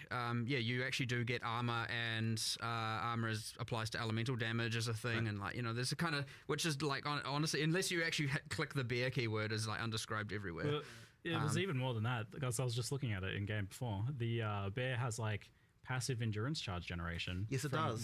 From rage expenditure, it does. I was like, that's so cool. Yeah. So passive we really wanted to charges? make sure that each of the different forms had things that can benefit the other forms. So like it was really tricky to think like, what are resources that a bear can generate? What are the resources that wolf can generate? What are the ones the wyvern can generate that the other ones can then use in order to kind of get that cross synergy? So that's kind of like one of the reasons why we had to kind of come up with all that stuff. And that, part of the trickiness. And that caught me by surprise as well, because like technically it's mentioned, but I never really fully understood the idea that you can swap between the forms, like human to animal and back. Yeah, I figured that's what's going on here. But you can like leap in as a wolf and then immediately transform to a bear mid slam. As you like, absolutely can. Ground, so like, the thing with this is that you want He's to the present best. a fantasy to someone as far as like what the UI is pushing you towards and all that sort of stuff. Like there are going to be a lot of people who are like, I want to be a bear, and they just pick bear stuff and they go all bear, right? But at the same time, we're unconstrained in the sense that you can pick all the other stuff, you can use it at the same time. So one talisman, like effectively when you pick on a talisman from like wolf, bear, or wyvern, what that's giving you is the default attack, right? That's what you're actually picking, and that's all it is, right? And that often will guide you like what skills you're picking and so on, but you can just use with that same talisman as many different animal skills as you would like. That just means that you've got that sort of free flowing, like, trying out different stuff, sort of combo gameplay that we like to try and get. So, obviously there will just be a lot of people who just pick one thing, right? Like I absolutely expect that. There's a lot of experimentation to do there if you want to do it. Yeah, so you've tried to hit like making it so like people who just want like a simple straightforwards, like I just want to run out as bear and slam the ground, like that's certainly very possible there. But also you with this whole class, you had the problem of how do we make like a spellcaster and a melee attacker that's shapeshifter as well. I mean, this class has got a bit of everything. For sure. How did you make all that kind of like work together and solve that build problem of like, how do you actually scale these things together in a way that just one thing isn't? Well, way on the better than 12th, everything else? you can try I mean, it it's for always free tricky, at and the Mark's front. obviously the one who handles a lot of the balance stuff. But I can see, even just from a design perspective, you know, so I just throw over the fence all my horrible stuff, and then you're like, how the hell am I going to balance this? Effectively, like, so even with the spellcaster side, so one of the things we initially wanted with the spellcasting is a lot of it's like over time type effects that, you know, so for example, with the volcano being the really obvious one, right? Like you can create this thing, and then you can turn into an animal and do other stuff at the same time. So we needed on the human side a lot of things that last for a long time. But the problem you then run into when you actually go to balance the thing is like, okay, well, if you've just got like 5 damage over time style spells, why not just cast all of them and then you don't have to ever do anything else, right? Like, so it's like that kind of stuff makes it really hard. So then you have to start thinking, okay, we want to make it so that you cast a long-term thing as a human, but then being an animal is going to augment that so that it improves it. So for example, with the tornado, it's got a similar mechanic to the little twisters that the hunters have, where ground effects can empower it with extra elemental stuff. And so then we're like, okay, well, if the animal forms are the ones that can create the ground effects, then that means that you're kind of like, you're going to want to do, you know, like, to mix that with the tornado, you now have to have both the animal forms and the spellcaster stuff if you want to get all of that together. So it's just a lot of that thinking about how can an animal form aid a spell, how can a spell aid an animal form, like all the way through.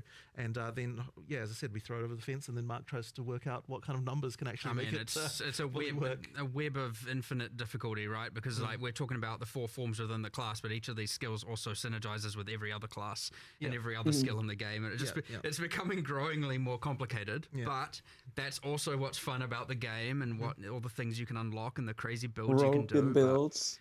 Yeah, I mean, like this week's focus has been like, okay, we had all the, like during our alpha testing and internal testing, we had like, you know, there was the, I want to be all forms going between. There was the, I just want to be wolf, I just want to be bear, I just want to be a dragon.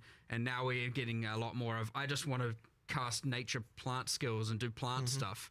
And so it's like, okay, well, how do we make that work? Well, because they're quite long duration, so we're having a bunch of complexity with that as well. And it honestly just, it does just spiral into like, oh my God, there's 20 million variables here, but it's fun. And at the end of the day, as long as it is honestly fun to play, then honestly we're golden. So, you know, I would say we're pretty much there on almost everything with this class. I'd actually say we're a little bit more prepared than normal. We've had a lot of testing, despite, I mean, partly because it's been in the works for so long. But yeah, it's, I don't know, like ultimately pretty fun. I'd say there's still something, obviously there's still more to do. There's obviously always more to do.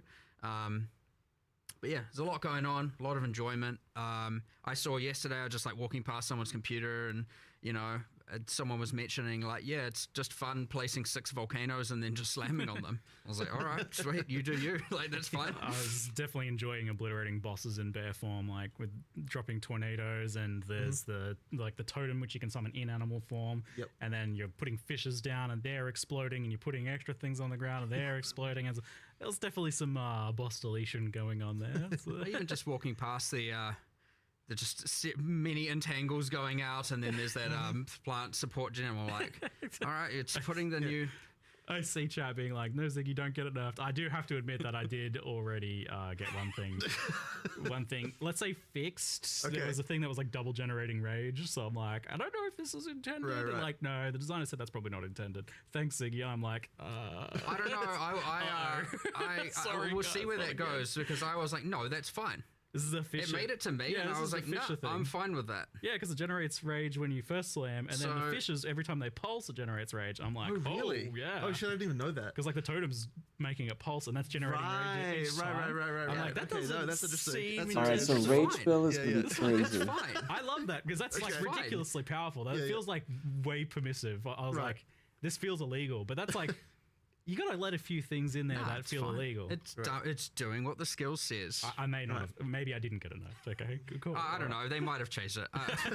I'll find out afterwards. I just throw my opinion in there. I don't want to necessarily be like, you know, I try and make sure with a lot of these balanced discussions, it's not like, you know, I'm just an authority on the matter. I want to actually discuss these things through, because maybe it isn't actually fine, but, you know, my first instinct is like, yeah, like let it run wild. Like, what's the problem, you know? So yeah, you gotta. We'll see what happens, but whatever. They don't know what the problem is, so don't worry It's about gonna be it. good. Thanks, you've ruined it. Hopefully. Now people will know if it changed, and now Yeah, they'll see the thing not generating rage, and they'll see that line of text. Now that's the Ziggy line of text.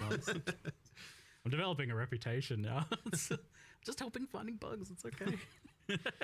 So, like the shapeshifting stuff comes from this trinket, the talisman? Yeah, the animal talisman. And is there any limitation just kind of like putting that on another class and just say like, I am playing my mace marauder or my quarterstaff monk and I want to do a wolf leap slam that marks targets? You can do it. In fact, it was one of the things initially that, it's funny with the audio team, because initially like, we want to record like bear lines for the Druid the whole time. And I'm like, hey guys, remember, anyone can turn into this animal. You're actually going to commit to every single class is going to have like three different extra versions of every single line the character can deliver. Maximum effort. It's like, that's a bit tricky. So we ended up going with a voice mod in the end. But that was Goblins gotta. It's like they gotta die. Thoughts, I think it shifts to. It almost sounds like, to me, that's what it sounds like. They're like, they're thinking it or something like that. I don't know. But it would have been completely impossible to record every single line an additional 3 times for every character class. Voice actors, everybody come back and we need to roar like a bear. Exactly. Effectively, every class can be an animal. It's exactly the same as the weapon restriction. Ultimately, being a bear is the same as having a mace, which may sound a little bit odd, but that is actually, how it works and what allows, having... Whoa. I didn't even think about that. Wait, so you can use mace skills while in bear? No. What I meant was that it's the same. I mean, it's the same in the sense that it's just a weapon type, right? Like, right. Yeah. Damn it, now we have to make that possible. Well, I mean, you can turn into Calm as a bear. That's unique item territory for the future. It often gets talked about like the idea of like, why are things like so weapon locked? And I've always maintained the position that you guys want to kind of do that as much as possible initially, and then in the future you can blur the lines a little bit. Like there's maybe in the future you're like, maybe this skill has a way of crossing over. I don't know why it looks like that. The identity of a weapon type really comes a lot from what it can do, and so that's the main reason why we do it that way. But but the thing is as well, the weapon swapping, so you can still use skills from different elements. Different weapons and things like that. The thing is, like, it's funny that you mentioned that with the bear, because like definitely some of the bears, I noticed parallels between some of its skills and some of the mace stuff, and I could see absolutely combining like this bear skill that places fishes with the other stuff on the mace that triggers the fishes. Like there's like very obvious like cross synergy build. Well, I mean, they're adjacent classes, right? I mean, you've got like strength versus strength int. Like we want to be able to make sure that some of those key elements do like cross over, just so that to open up the way to have synergy between the different classes more easily.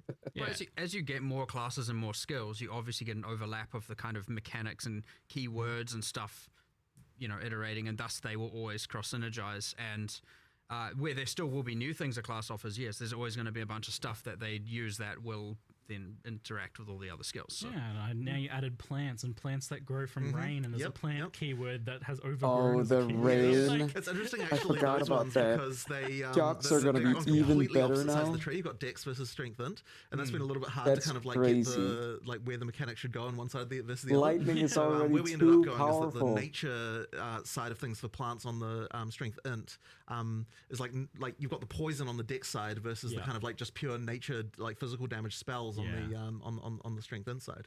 But that's been fun though, because now it's actually been really fun designing the supports, because the more classes we have, the more we can start to think, okay, like here's a support that's for something obscure. How can we make it so this can apply to some other kind of thing on the opposite side of the tree, where like now you've got some interesting interaction. So there could be some kind of like thing where growing plants as a ranger could be sort of something. I mean, like I can't say I've tested the potential there myself, but like we made all of that work. All the plants can, like plant stuff all has mechanics around like watering the rangers' plants is like a thing. They all have ways that works. I mean, that definitely opens up interesting party options. Right. Lander? As well. Like, it's a thing. I do like the idea of being like a druid watering. It's a thing. It's easily a thing. It's not even hard to do as well. Right. It's kind of just like, thanks, Druid, you buffed poison rangers. Yeah. Like, that's kind of just what happened. Yeah. All right, good, yes. And the rain buffing lightning skills as well, like increasing shock chance and stuff. It's pretty wild how much stuff you've just jammed into one class here. How did you like kind of settle on a identity for the wyvern in particular? I feel like people know what a bear is, people know what the wolf is, and even a lot of the like druid stuff is pre-established as like, you got plants and you got like nature and you got like lifting up the earth, that sort of stuff. Well, we really wanted to have a third form that was a little bit out there in terms of different from what you'd seen in another game. Very different. I mean, obviously, like every game that's got transformations has the bear and the wolf, right? That's just like the staple. But and actually, for that, funnily enough, for that reason, we couldn't not do it. There was actually a period there where we weren't going to have a wolf because we were a little bit unhappy. Yeah, with us, and it's just like, well, exactly right. That was the reaction. That was the reaction of like all the furries come out of the woodwork and like, you gotta have a wolf. How dare you? Yeah, how dare, exactly right. So we're like, okay, we'll have a yeah, exactly. Don't anger them. So that was a real concern. So we decided to go. We needed the two familiar, and then we needed one that was a little bit more out there. And really, when we were looking at the bear and the wolf, it was kind of like we want the slower, harder hitting. We want the faster and like speedy kind of version, obviously being the wolf. We also wanted something that had some range elements, and then a sort of more spellcastery vibe a little bit more. And so we sort of thought about it a little bit like, what animal is ranged? Like, it's not really, it's kind of not a lot out there that can really sort of do that. And so, eventually we settled on the wyvern. I mean, someone of course at one point was like, how about a dragon? And we're like, what the heck? What are you talking about? But then eventually I thought about it, and it's like, actually, you know what? There's some potential here. If you suggested to me, I told you not to do it because like, there's no way you could make it look good and not look stupid. But it eventually, it was hard though. We did get there. It actually looks pretty cool. Yeah. But it's kind of a spell blade almost. Like, it's got a bit of a range stuff, but it's got a bit of like spell kind of melee things going on. I mean, as it should be for Strength Int. Yeah, and you were asking what the passive buffs were. I was looking at it before. It's like, it's got buffs to freeze, shock, and energy regeneration actually, as well. Like energy recharge, I think. It's a shame you knew. The reason I was actually being vague is I knew what they were. I just wanted to change them. Okay, I mean, that's fine. Do something Sorry cooler. for my slight disingenuousness. Do something cooler. I kind of feel like they shouldn't. I didn't want them to be offensive benefits. Yeah, they're supposed to be defensive. It forces you into certain build types. Whereas, like, if they're utility or defensive, that way they will work across all board. That's my general philosophy. So I was like, I feel like I want to have a go at trying to design the energy shield thing. I don't mind. I wanted to have a go at designing stuff that's more utility or defensive only, and that way you don't feel like, oh, I should have to play lightning or fire because it gets the benefits. That way, if you wanted to do a kind of weird out there thing, it doesn't feel so bad, but we'll see what I come up with. I'll just talk about it. Nah, I got no clue. I don't know. You could play on the fact it's got like, wings to, something defensive for block or something for, hard carapace maybe, or I don't know, the fact it has wings, something to do with the wings, much dragon lore to pull from. I got like a book that my daughter really likes to read that's like full of dragon lore. I'll send you some ideas. All right, sweet, yeah. Dragon, they hoard gold, right? Gold finds? Yeah, totally. That sounds like it. Eat piles of gold for buffs or something. There's gold over there. Quick, shapeshift, pick it up, shapeshift back. No, I'm obviously joking, please. I'm not doing that. Gold find, no, please don't. Mandatory dragon gold find build. I know it's kind of funny though. It's distinctly PoE.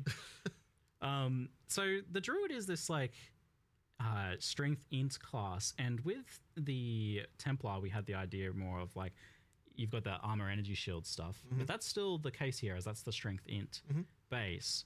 But I feel like the energy shield stuff is not as iconic to druid. How have you incorporated that and made it feel like something that makes sense, or like in what ways have you incorporated that to the druid? I feel like it's not obvious. Yeah, look, it's a little bit off in terms of the feel there, but at the end of the day, we kind of don't really have many options as far as what we can do. I mean, like, that it is important for it to be that it has that, like armor and energy shield approach.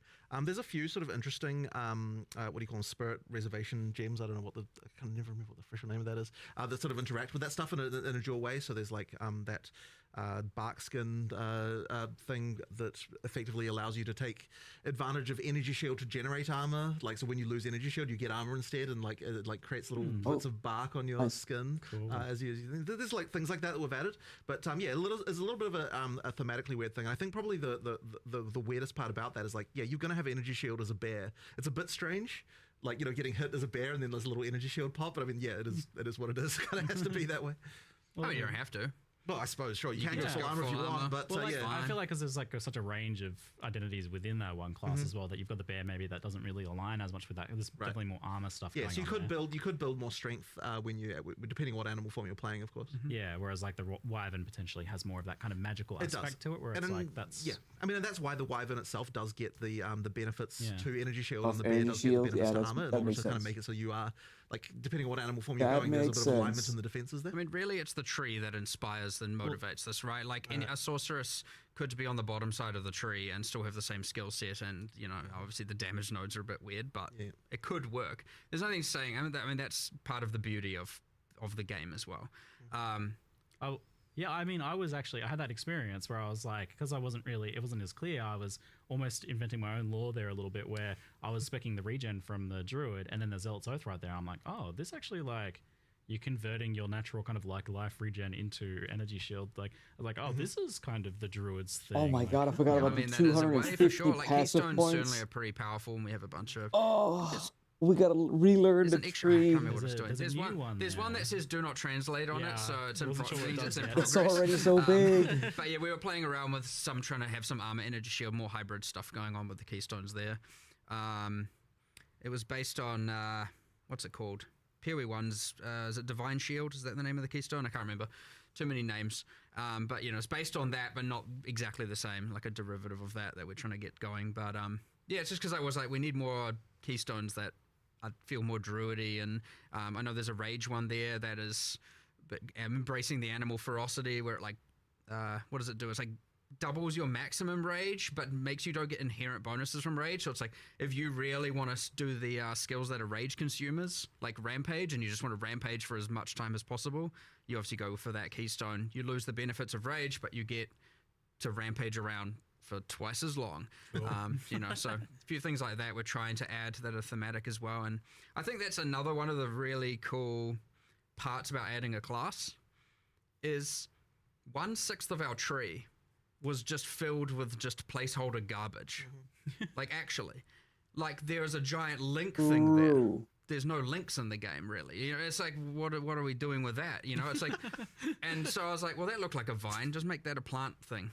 And, so now it's a plant thing that talks about overgrown plants. And but we filled in that whole bit of the tree. And guess what? Now witches and sorceresses have more energy shield stuff on that kind of direction around towards the druid, and warrior has more. And and I don't just mean energy shield, I mean everything, all the mechanics, right? All the int mechanics are kind of there, the strength mechanics, everything. So it is nice we finally have a class in every different part of the tree, so like we don't have any just like weird open stuff anymore. Yeah, that area of the tree was a little strange. Yeah, top left was. It's such a massive tree already, and you're adding more to it. And then like I have to wonder, like you added this Oracle class. Like I saw the Shaman one, I was like, yes, this is exactly what I expect. But then I saw the Oracle, and you guys had like 130 extra passes. So far.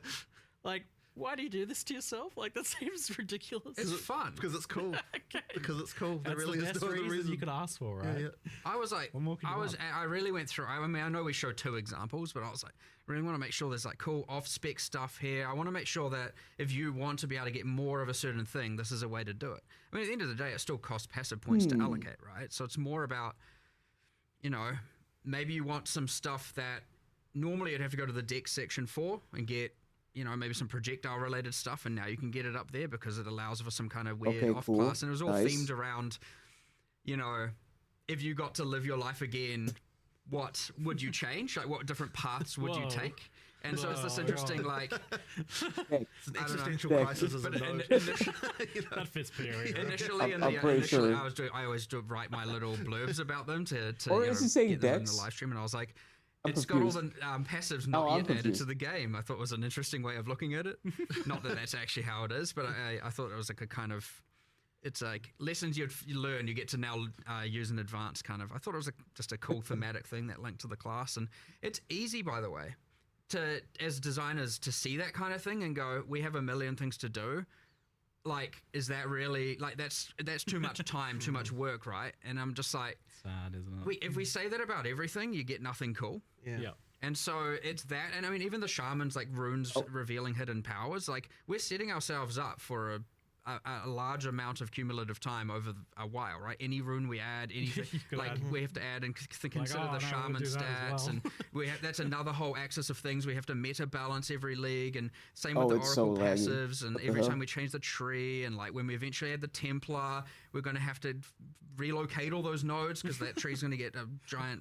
Now we've got 2.5 classes in one section, but it's worth it. It is actually worth it. You add so many builds, so many cool things, and what if you don't want to deal with it, all right, people typing F. That you're not going to know ahead of time because you can't like look at the class options on the character selection screen and know what the passives are going to be. Oh my god, it's buffering so much. They're hidden behind the Oracle ascendancy, right? So it's like, yeah, that's cool, that's fine. Yeah, I mean, look, there's always going to be community tools, and they're going to come up with a way to make that, to the build guides and all that kind of stuff. So like, I love the secret stuff. I actually got my secret Abyssal Lich. Yeah, wild. It was an actual final secret, and maybe there's more. Well, you want to do more of that, don't you? I can tell. Look at him. He wants to do more. Of course, I love it. I love people having cool secret things they can find, and it isn't just like 1000% pre-planned and out of the gate. Like, I understand the need to plan. I understand the need to have confidence in a build, and you don't want to go in and only realize you've made the wrong decisions and stuff like that, for sure. But I definitely want to find that balance where you have that while you also get your cool secrets that you get to add to the game that are fun. Yeah.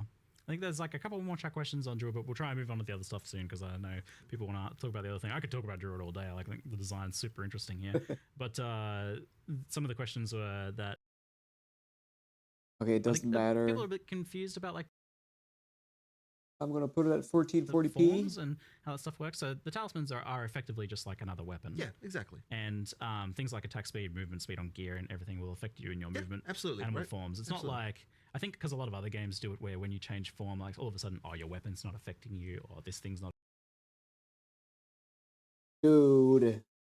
affecting you. Well, I mean, effectively, so we're doing the changing form by utilizing weapon swap. So you've got 2 weapon sets inherently, and the talisman effectively serves as your weapon.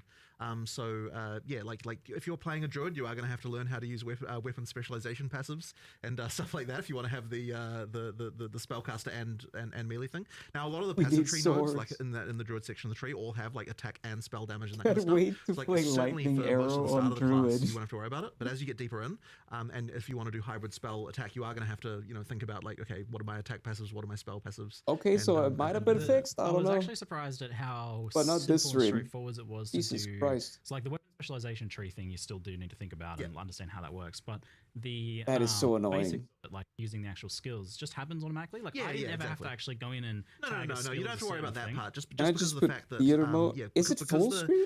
This has always been the rule, but it's really apparent here. Like if it'll swap to the weapon set. I don't know. Maybe that was the problem. So therefore, you don't have to actually tweak it. You just put it in and it kind of works. So like if I tried to use my spell, it would shift to human automatically and use the staff. And so like that was all automated, and I didn't have to like program anything like that. Right.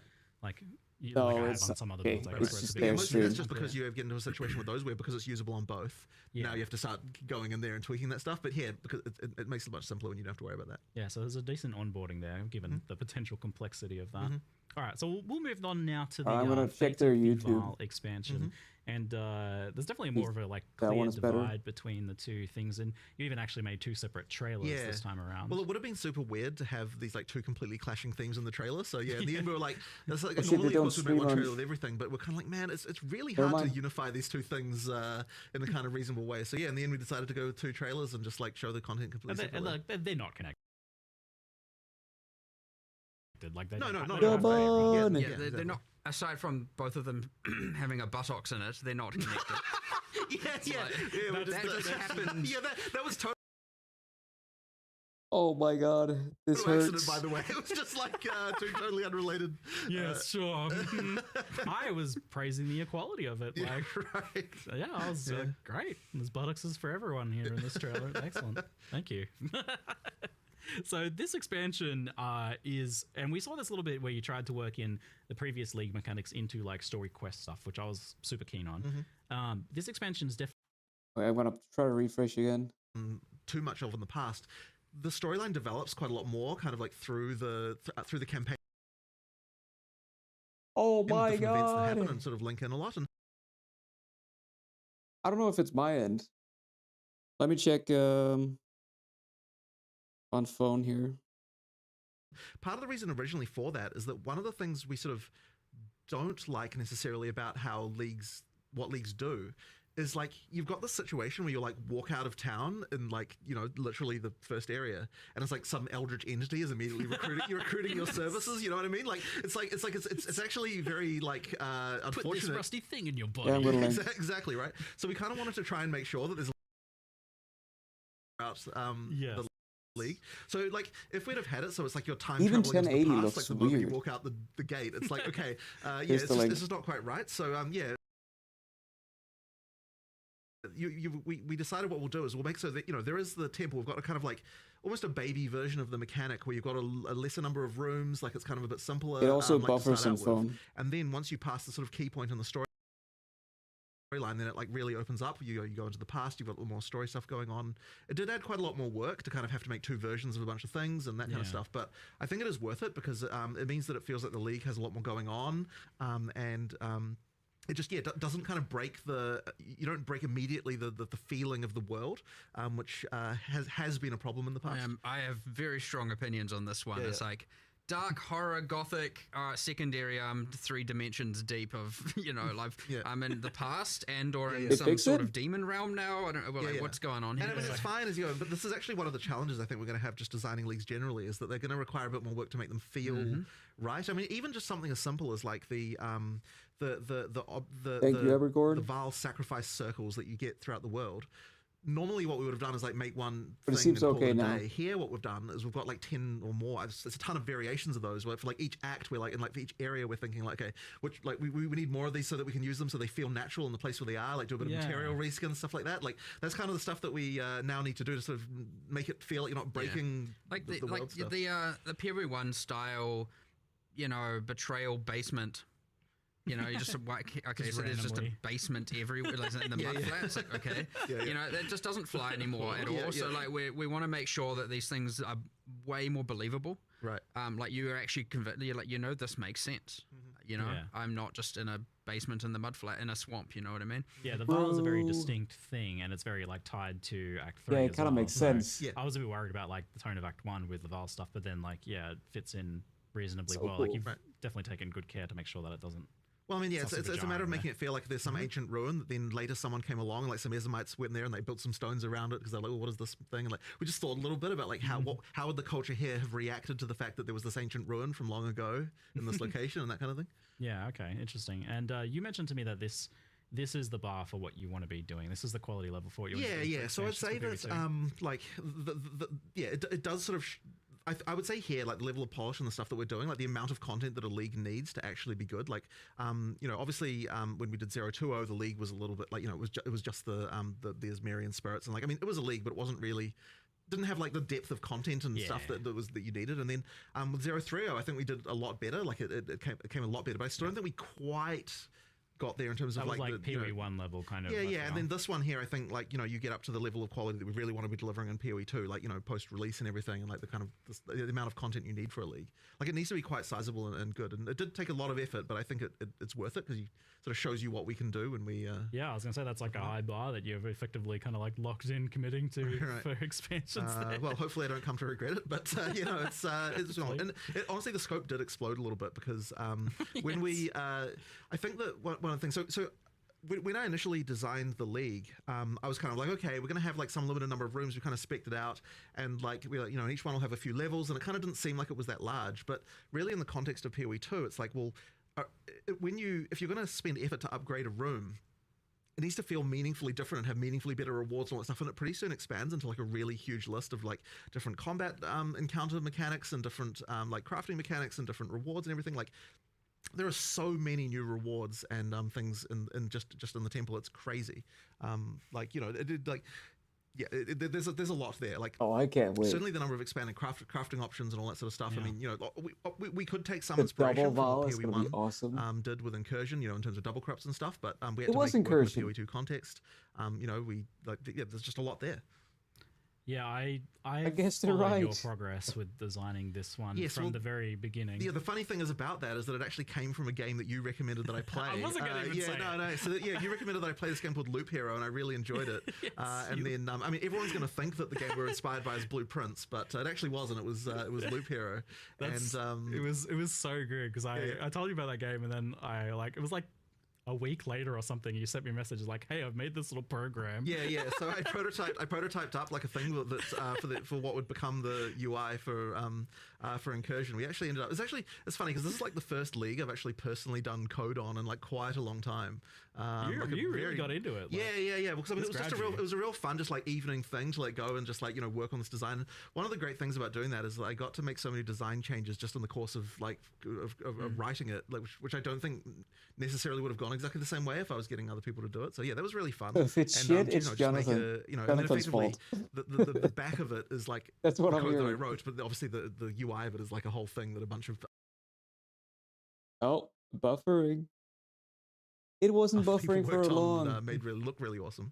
But yeah, that was a lot of fun. Yeah, what is it like about this one that grabbed you so much? Because you got so involved and so personally, like working on it at home. Yeah, I just really enjoy this kind of like little Am I game within a downloading? game, like little metagame things, and just that dungeon design thing is just a really fun thing for me. Tile placing, is good, right? It's always it's really fun. Love a good tile place. And I just like coming up with all little ways that they can interact and that kind of thing, and try to make each feel a bit different and that kind of stuff. It's just a good time.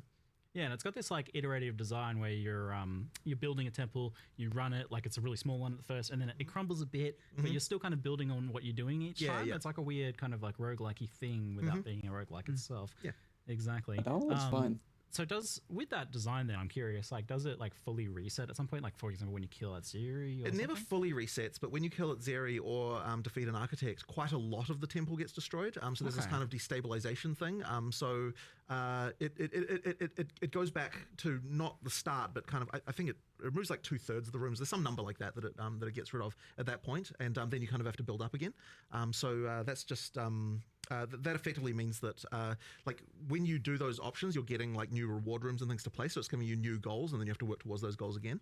And then ideally, those reward rooms can be rewarding enough that the benefit of going back to smaller is I'd say the negative of going back to smaller is completely outweighed by the benefits you're getting from the extra rooms that you're able to place. So you can juice it a fair bit too. You can, yeah. There's a lot of like modifiers that are getting added on by each room, and you can place quite a lot of them. Yeah, on you that can, grid. yeah. Do you foresee people building out like a huge temple and then kind of not having it decay as much as possible? Yeah. Like I mean, Atziri? it's absolutely intended that you'll do that. Like, I mean, once you've defeated Atziri enough times, you've got the uniques from there, and you've done like other things like that. Then you absolutely will like probably want like for ultra endgame play when you really want like the most challenging stuff, and you're just like looking to get like as many double corrupts as you can and stuff like that. You're probably going to want to keep the temple large and specifically not do the stuff that would cause it to destabilize. Because if you don't kill the architect and you don't kill Atziri, then it will it'll only pull you back.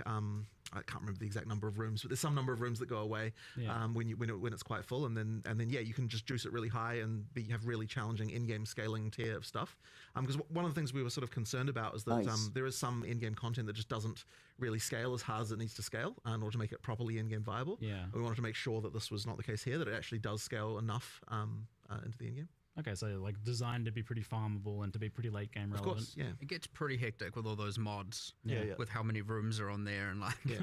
But also just other things that you want to do, like so for example at the start of the game, so we can do a season where we league where we only play this temple runs, as it were. As you get into the game, then now we start to have it so that you can store up more runs, so that you can like map for a while, then like do a bunch of incursions. I think we have it that eventually you can do 60 maps. And then temples, and then 60 maps, then temples. If you want. So if you want, or you can do 6, then a temple, then 6, then a temple. So you can effectively store anywhere 10 runs, in between. 10 runs if you want. I feel like with these things, like now I keep seeing like, you guys have thought of it. The thing is that we've got so much experience and stuff. I mean, like so for example, the whole like taking the currency away from the temple instead of having to craft inside the temple thing. Yes. Like that's just a hard learned lesson from PoE1 where you just need to. You say we thought of it, and I have, because I'm just going to bring it up. But like, and a thing about, and this is something that I'm on the fence about a little bit. Personally, but yeah, the thing with the killing architect and Atziri, destroying a bunch of the temple, creating that clash of either farm temple or farm boss, can be quite a divisive thing for people. Right. You're looking at Betrayal Katarina, right? And the exact same thing. Yeah. Where it's like, we've now on PoE1, we separated those two things so they're not, because it always felt bad doing one or the other.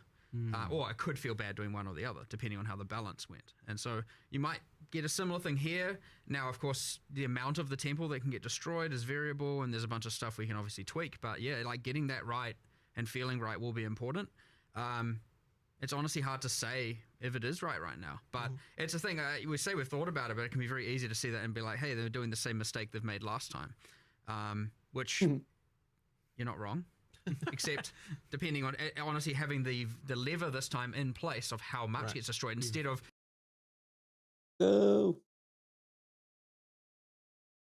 entire board reset kind of thing. We get to control that a lot better and iterate on that if we need to. So yeah, that's true. We've thought about it, but it can. I could see, because I was just thinking about it, going, I reckon people are going to get mad at this. And I was just looking at it, going like, the idea that it's like, hold on, I can't farm the bosses. I either have to pick bosses or pick temple. It can be quite bad. Well, so yeah, that's clear then that you've kind of already got your hand hovering over the lever waiting to like adjust it as needed. Yeah, and it's honestly kind of hard to know with, I mean, even if you, again, it's the thing with this sort of stuff specifically is you're talking about that's the type of gameplay that is hard to test internally. Yeah, because how can you do just like you can't really test like what is weeks of grinding gonna feel like, it's So I expect us to maybe we hit the sweet spot, who knows, hopefully, but I could imagine that this is a thing that gets adjusted for sure. Yeah, so you've made the like the ability to sell like the corruptions, the double corruptions as an itemizable thing you can just take away and sell. Is there any reason to like itemize the temple like we did in PoE1? Nah, so that was really more of a band-aid solution in PoE1 because we didn't have an easy way to change that. Like I'd prefer that the temple is your temple and that you don't sell them, but just that all the rewards are the things that you can trade.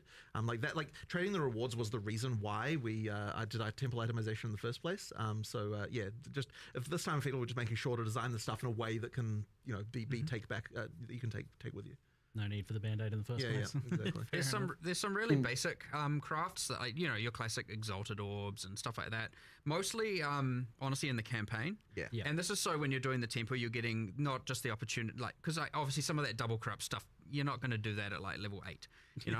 I mean, Vaal orbs aren't even in the game at that point. Yeah. So you have this thing where it's like, well, you don't get a lot of the crafting. Now, there are still rewards. There is, of course, all of that, but there's also just basic crafts like exalts and regals and stuff you can just throw on your gear. Now, you can't take those, and that is an intentional decision so that you feel like you're actually wanting to use it on your gear in the campaign and as you're progressing. Yeah. And you're not, because if you can take it, most of the time you're just going to hoard it for endgame. Right. So it's those things to make the early game have more crafting stuff that you want to just use. That's actually kind of nice. It stops you from just like keeping your results until end game. You want to use those patches then. You'll see those and go, I want to take that home, but just use it. Yeah. It was a substantial buff to campaign crafting from my experience of messing with it so far. It's like you basically go in and there's like 6 crafting rooms and you're like just going on a little crafting spree of like upgrading your gear. I mean the temple. We it's funny because there's always the question whenever we make a league of like, well, what if people always say, oh, there's no reason to do this during the campaign, and it's like we really have to incentivize that to make it so that no, there's actually worth doing. Like you're going to get a substantial power boost if you decide to engage with the league. Yeah, you could. It seems like you can kind of like hold off as well. Like you can be like, oh, my gear's kind of okay now. I'm going to do that a little bit later. You always want it to be both feeling rewarding and give you obviously an advantage, and also not feel so mandatory that you're like, ugh, what? Yeah, it felt like kind of a bit optional in the sense that like, oh, I really need some gear upgrades now. Let's go into the temple and spice up all my gear. Perfect. Nice. That's what we want. Yeah, cool. And it is interesting that you've got this like raiding the broken down version of the temple in the beginning, and then it basically changes into this whole other thing halfway through the campaign. That's story beat there. The other thing about the campaign thing is the same thing we learnt from Abyss, where we did the area specific rewards throughout the campaign. We have also dropping here from the in-world encounters. Yeah. So even if you're not doing the temples, doing the in-world encounters can give you that extra drop per area. It seems like on the back end, maybe you've kind of taken what Abyss was doing and almost shifted it over. Yeah. There's some modifications, but it's the same kind of thing. We've effectively got Alright, so it is on their end, I think. Allocated amount of rewards and crafting and stuff for what a league is allowed to do and should do, and we're just trying to make sure that it fulfills that it fills that budget, so to speak. Of like you're I'll keep on my headphones. Getting a lesser jewels or been Keth or something like that, like kind of similar to before, which is good. But yeah, I was definitely, that was a huge thing with the Abyss. I thought that was like a really good improvement to campaigns. So it's good to see continuing with that. Then it felt pretty successful as a design decision. Nice. I'm really glad double corruption is back. I feel like that's a great thing from PoE1 to be returning. One thing we've changed here is that because double corrupt existed in PoE1, you never Vaal Orb gear. Well, I don't want to say never. Obviously, there are still cases, but generally speaking, why single corrupt it when you could double corrupt it? So we've made sure here that the double corrupt has to occur on top of a corrupted item. That's cool. Right. So yeah, you have to Vaal Orbs land it, and then you have to land the double corrupt on top of that. Oh man, it almost feels like you're in some cases risking something even more, because like you've got that really high-end unique with like a really good corruption already, and now you're risking that. You're not just risking a blank item on a double corruption. So like it's a heftier risk now in some cases. I like it. That's the Vaal spirit right there. Like, oh man, this thing's already worth many divines at this point. It's like, oh no. Some good streamer moments. So. so you actually have to though, like it has to be corrupted. Yep, so you corrupt first and then you can apply the double corrupt. Okay, cool. It keeps the usefulness of the Vaal Orbs there as well to kind of. Yeah, I didn't want to Vaal Orbs to just. I mean, you still use them on like Waystones or whatever, but you know, I didn't want them to just be like never used on gear anymore, because you'd rather just double corrupt it. And so it was a suggestion a developer made a while back, and I was like, that's immediately a win, and I almost want to change that in PoE1 as well, but then I just forgot about it, to be honest. So, you know, I'm not sure if I do want to do that, just before everyone maybe goes like, what the hell? No. But, you know, consider it. I like the idea, and I think it is an overall improvement, Yeah, it sounds like a great idea. And then you've got this whole other system now, which you had a little bit of it in PoE1 recently, where you can corrupt uniques and it replaces a random modifier on them. Yes. So this is limited to specifically Adziri. No, what not Adziri, Vaal uniques. Yeah, so I really wanted to make it so you could just replace arbitrary mods on any unique. But the problem is, it was just a can of worms that like was just not even possible to contain. Basically what we were like, okay, is there still a way to do this that's like not going to be quite so crazy? And then we were like, okay, if we can pick a subset of uniques, I can't wait. We double Vaal uniques, you know, for obviously double corrupt. Then we can sort of make sure that like while it's still crazy, like there's some sort of insane interactions, we can kind of at least have somewhat of an understanding of what happens. But it does truly work where like it picks a random mod that's on the item and then replaces it with another random mod. So you can create some. You can use it on non-Vaal. It works differently. Huh? I don't know. This is news to me. I didn't actually know that. What is that? I think it's similar to Ancient Orb in PoE1. So it like re-rolls. The idea here is like just getting some food. It's meant to work on these Vaal items because they've been like infused with royal bloodline blood, and so it's like the way it works on Vaal uniques is different to just random uniques. Where it's like, hold on, it works a bit more chaotically here, and you know, just changes the item entirely to something else on non-Vaal. So, and I only say that because obviously it's pretty bad to be like, I have to have a Vaal unique in order to use this. Now, no, you can take the currency home, so that's never the end of the world. But I want it to be like, you know, just go grab some random unique and re-roll it. Using it on the Vaal uniques is like quite cool. Right now, I'm trying to make sure, you know, a process that we've been doing is that we're not just replacing it with kind of just some random basic stuff. Like, that will happen. That is a part of the pull, but we're trying to go through, because we have a more limited set of uniques we have to actually do the mod replacement on. I want to make sure we're actually thinking about, for example, the Zerfi's body armor that has like Soul Leader, and it's like a level 39 base type. Yeah. And I'm thinking like, this is a tool we could use to make that more in-game viable. And so you can do things like heavily increase the defenses, because obviously level 39 versus a level 75 base type or whatever is going to have very different defenses. But then you could also be like, what about if I was like, what other weaknesses does this item have? Well, you can't generate Soul Leader stacks on a boss. Maybe this can turn that on, you know? And so also you can replace, I don't know, the life regeneration rate with a Soul Leader now generates once per second while a boss is in your presence or something like that, you know? Now these are kind of examples, but that was a specific one that I really wanted to do. So, but then I was like, I don't know, what if you did plus 25 Soul Eater stacks and stuff? But it's like very specific outcomes, very specific to that unique. Yeah. And I wanted to do a bit of that to use it as an opportunity to be able to save low-level uniques, if you know what I mean, to make them more in-game viable.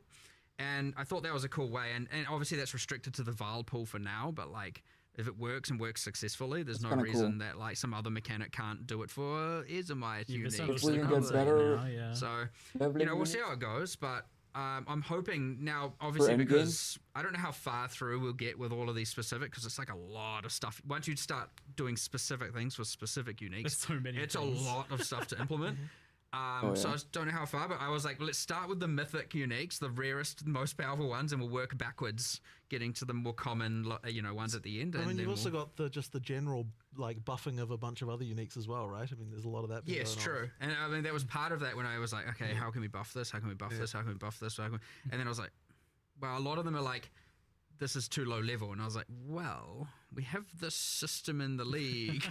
So yeah, I mean, we'll see how it goes, hopefully, and it's the kind of thing where even if we don't, obviously these leagues end up often going core in some various means, so if we don't hit the mark entirely with all the uniques, I'd like to eventually get there where we'd have a good, cool, really thought out set for literally every Vaal unique. So hopefully that's fun, and then you do the cool things where you just get these really, really, I assume you're going to get some that have these, you replace the exact two bad sides with the exact two, because you can replace more than one sometimes. Oh. And you get the you get the exact, like, holy, this unique just went from being worth, you know, something 1 divine to 300 divine, you know, kind of territory. So hopefully that happens. If it doesn't happen, I'll be a bit sad, but we'll try. You can never know with these things for sure. And this includes the new, like, Adzira uniques that she's dropping then, obviously, since she's kind of the queen of the Vaal. Yep, Adzira uniques, Trial Master uniques, you know, like, it, you know, a bunch of stuff, so. A fair few there then. Is that something that you anticipate expanding upon in the future then? Like, I mean, we'll be always adding more Vaal uniques. Right. So yes. But in terms of for other cultures, that would probably come in a different form, in a different league mechanic or some other place like that. Yeah, that makes sense for sure. In terms of the overall idea of, you know, upgrading low level uniques. Yeah. Did you ever like discuss the idea of Vaal skill gems? It feels like weird to like add that when you're still adding regular gems. It doesn't quite. So I mean, fundamentally, what a Vaal skill gem is in PoE 1 is like a kind of ultimate type style ability in some sense, you know. So it's like we're kind of doing that in our normal gems at this point. So it didn't really quite make sense to do it here.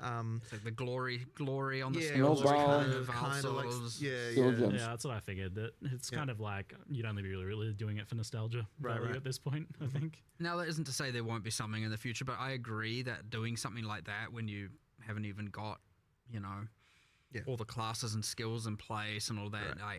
I would say that's like a post-release feature, you know, not a pre-release feature kind of thing. Yeah.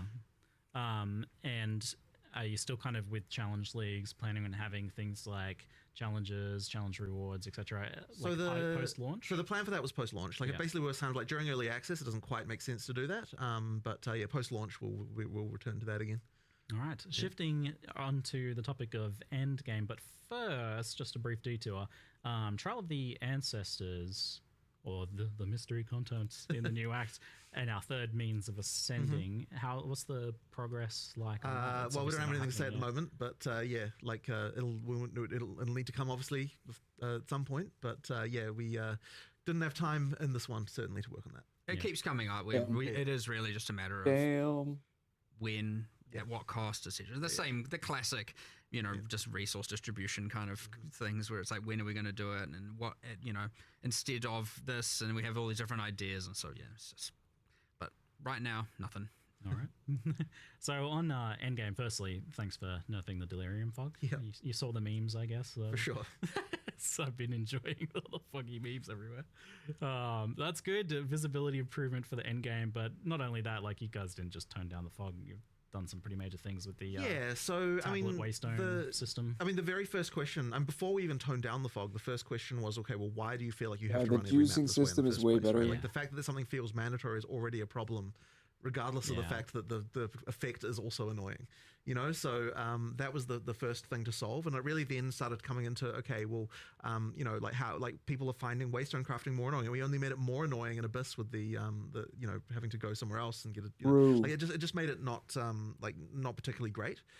So yeah, the first question is, well, how can we fix this problem, right? Like, and effectively, we're kind of like, we can go two ways with this. We can either make it so that every league has something that feels mandatory that multiplies with the rewards, or we can say no leagues do, in which case it's more about, like which league do you want to run for different, for various different content that they can provide. So we decided to go with no leagues do, because I think that it's probably just like less busy work, less annoying. Like if every league gave you something that you needed to like craft and do something with, it just would have been a pain. Which is why even in the live stream we're like, from this point on, just like Waystones, they'll get regular, they'll have the regular crafting, just regular base currency, but we're never going to add to them again and like a thing that requires you to do more crafting than that. Another layer of that, because I think that having to do that every map is too frequent. Doing it on the tablets means that it's just way less frequent that you have to do these things, which helps a lot. And then of course the question was, well, yeah, how can we make sure that we're not like doing a nerf to overall juicing potential here? So then we had to look into, how can we get back the, the power you had? So that's when we got into the extra mods on tablets and things like that, in order to sort that out. Now, obviously, you were hoping to do more Endgame for this expansion. So what's kind of happened with the? Well, I guess the sort of two things that we see as like the major problems in Endgame. One of them is when you get there, it can feel like you don't really have a proper goal. Like you don't have an immediate, like, okay, here's a quest to do this and a quest to do that and that kind of stuff. So there's like a little bit of that missing. And that really is a content thing that just requires us to expand upon what a league is. Now, something like something like Fate of the Vaal, it immediately has story stuff to do and so on. So when that goes to endgame later, you'll have like storyline things sort of built in a way that can like make it so you've got that. But the other leagues don't have that as much, so we need to really make sure we're expanding on those. But the other thing as well is the Atlas tree just needs a lot more love and attention and like the way that it works and sort of stuff. So we just need to do a lot more there. I opened that tree yesterday and I was like, oh, this sucks. It's a little tragic. It sucks. Like, so, but the thing is that in order to make it good, you have to spend a lot of time and attention making new notables that are cool, that require like actually modify things in cool ways and like actually really meaningfully do something. And that's just a lot of time and work to do that. So do you have an idea for what you want to do with the ascendancy tree side of things? Like, is it kind of angling more towards what you've done in Path of Exile, which has been pretty successful? Well, I don't think we should be talking about that yet, just because that'll be it's more for later. But yeah, I mean, there's things we want to do. Yeah, there's stuff we want to do. We're a bit of trying not to spoil anything here. We obviously are spoiling the fact we are doing something.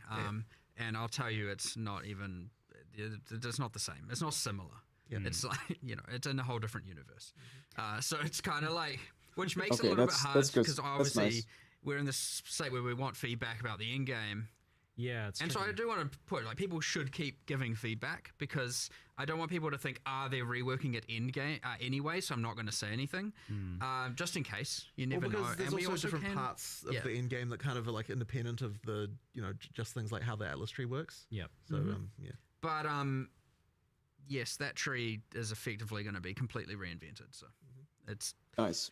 That will get a full drastic change, and then the something that like PoE 1 with the whole complete your atlas being a very clear, very obvious goal. You just complete all the maps and you get your atlas is complete. And then there's heaps more beyond that, of course. There's all the boss farming and all the different progressions, and even that has like multiple quests throughout the main quest line with the different pinnacles and all that. We just don't have any of that really. It's just immediately into this infinite unguided adventure, and there's a little bit of things with the corrupted zones and bit of that, and like the burning monolith, but it's still mostly unguided. You don't really feel like you have like, I've completed the main thing, now I'm going to farm, at the moment. It's pretty unsatisfying, I'd say. So really trying to drive that home. And then the other thing that's honestly, we spoke about upgrading the leagues and adding more bosses is like, that whole like having King in the Mists and Olroth as the pinnacle bosses of the leagues, just being like copy pastes from PoE 1 was not our end goal. You know what I mean? Like they're a bit sad as pinnacles right now, and like honestly we need to up the epic a lot. So we've got a lot of that coming, and then just general upgrades to all the leagues. Like some of them are too, Ritual has the whole omens are too good, and others are just like, well, why would I do this? And there's a bit of that going on. So just a general balance, and via adding more content and different axes and all kinds of stuff. So there's heaps coming. But based on all that, to answer the original, is that's how you can see how it didn't make the cut, because it is a ton of work.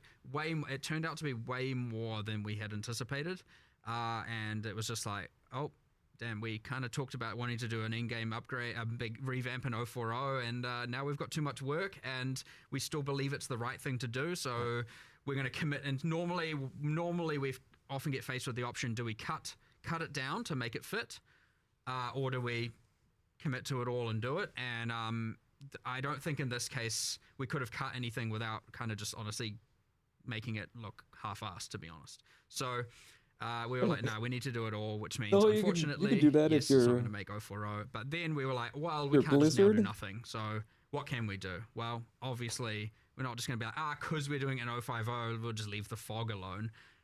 Yeah. Obviously bad, which was a bug, by the way. Really? All fogs, like the volumetric fogs in the game, have a cutout around the player. Yeah. That like cuts out and then tapers off. And all fogs in the games, there's multiple different fogs, had it except for Delirium Fog. It was the only fog that didn't have this. So that was, well, like, we can start there by re-adding it. And then we'll iterate until we feel like it's about right. But yeah. That's funny. Kind of sad when you look into these things and you're like, oh, damn. Oops. It was just broken the whole time. But either way, like, a player doesn't know if it's broken or just intended. So obviously, fixing it is the important thing. But yeah, I know there's that guy on Reddit doing a post every day, and they can finally rest. Thank you for your service. Your watch is complete. Yes, we can actually see the ground. It was just hilarious in some maps, whereas like they have holes in the ground, and like there's so much fog you actually can't tell where the holes are. It's like I can't move anywhere. It looked a lot better from the footage, so it's a big improvement for sure. So you mentioned that, but there was also another kind of key change that you wanted to make sure to get in this one, and that was the kind of like monster density getting swarmed issue. Yeah, that's a very interesting one because so when we were doing 031, this was actually already a thing that we were tabling and talking about. We kind of thought that players probably wouldn't like it because the like monster density can be a very touchy thing, right? But the funny thing is what we found was that even after we what we actually sort of heard more was like, oh, we actually liked what the improvements were early in game, and we actually would wish that the rest of the in game was more like that. And we're like, okay, well, if that's the case, then like the main thing we have to do is not like nerf rewards, make sure that experience gain doesn't get lowered or anything like that. But overall, we don't necessarily need as many monsters as what we were having in the top. And I think this is actually going to also just generally improve things because it makes when monsters have more life like that, it makes more builds viable. Because like there's obviously a point where like once you can one hit everything, then there's no point in like you might as well just go for whatever the fastest thing that could do that is, right? Yeah, the lightning speed. Right. So effectively, by making it so that monster life's a little bit higher as you get up there, it sort of actually means that like higher damage builds become more useful.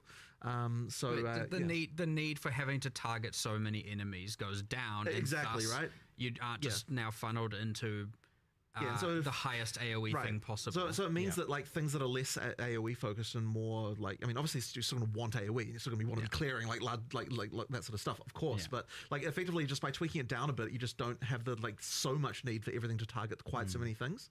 And so the sort of higher damage skills that are a bit less like not like more than a screen in size can actually be viable. And that should hopefully improve the situation there. I want to make sure that even if people are like, but I prefer the swarminess, and it was fun for my build. And the thing is, like, that, speaking of, like, Atlas Tree, that's a thing where the Atlas Tree should be the thing thing that you can, it's like your build can do that. So, like, I want to make sure, like, for now, not doing it, but I wanted to do a thing, because we're doing this whole, like, monster effectiveness goes up more, right? I mean, it's a pretty hard thing to understand because monsters just get stronger with higher levels, so like it kind of just happens. You don't really, it's not like a thing you need to worry about or anything of the sort.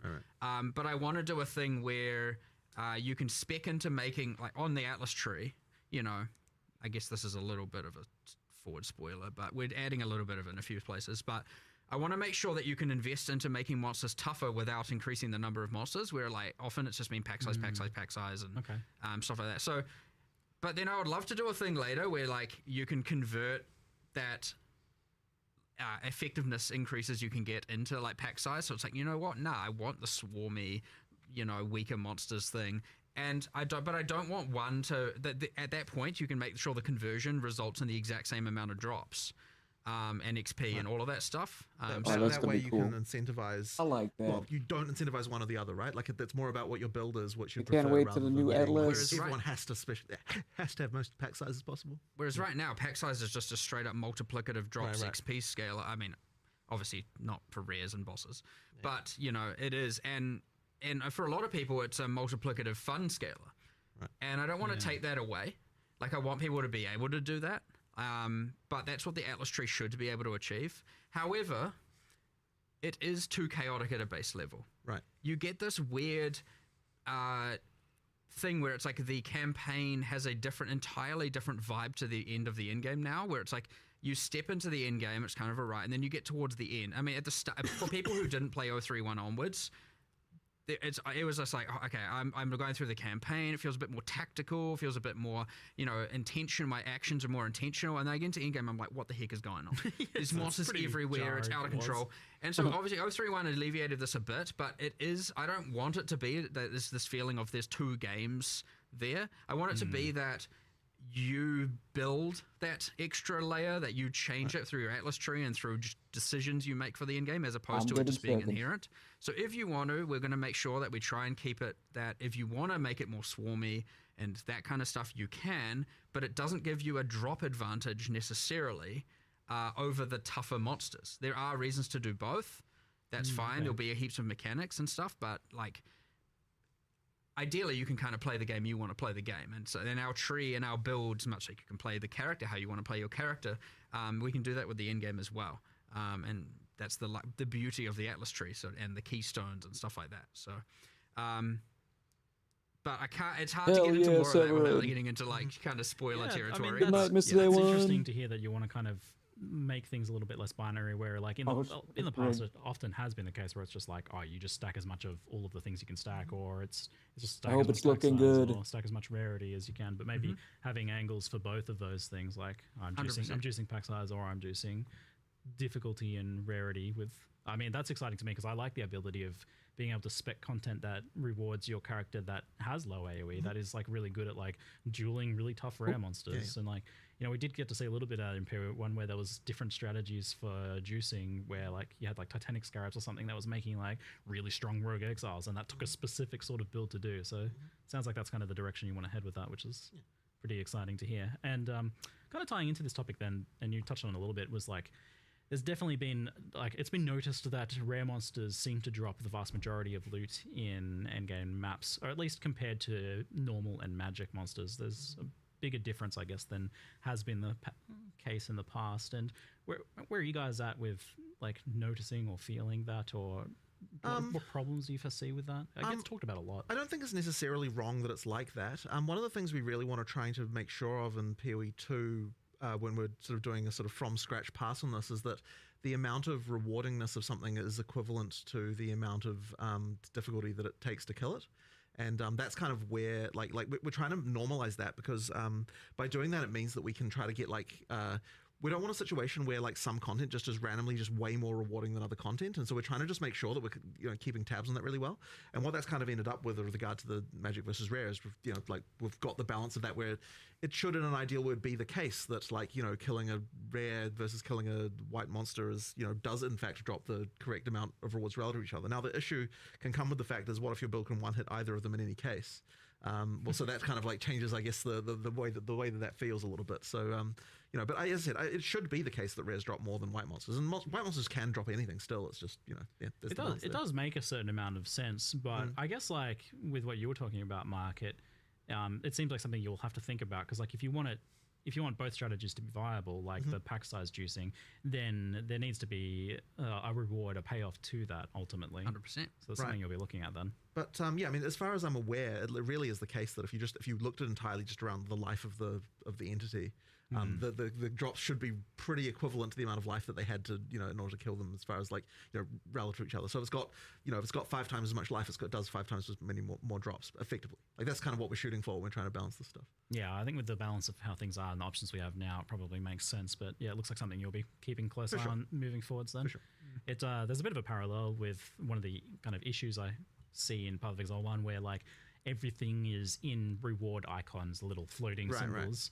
And that seems like something you're trying to avoid moving forward. We haven't really been doing that for a little while now. There was certainly a period there in PoE1 design where it was like every single league was just like those reward icon type things, and it ended up really beiging the rewards a lot because you just had this thing of like, you know, every league drops, every other league's drops, and it kind of didn't really, like it wasn't really that great.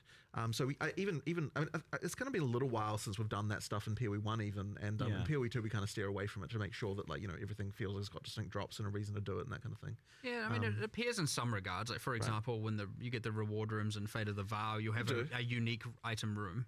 Sure. You know, like, but it's not just like a floating symbol above the monster. Right. Yeah. Which also, you know, immersively, I don't know what the heck that is, but what is it? It's it's just nothing. It's a clear and just obvious like, game mechanic. I see some like floating, glowing cash money dollar bills above your head. Guy's loaded. Whoa. Don't kill me. You can't have my loot. But I just remembered you spoke about rare monsters, and I was like, hold on, did we? I don't think we deployed or spoke about this change, but I know that taking away all the rare, rare monsters icons was a bit anger-inducing. Because honestly, we knew it. We knew it was going to be. Yeah. Now, they aren't a requirement of the map, but as you're saying, they kind of drop a lot of the loot, and people were just doing the whole coasting between mini-map icons.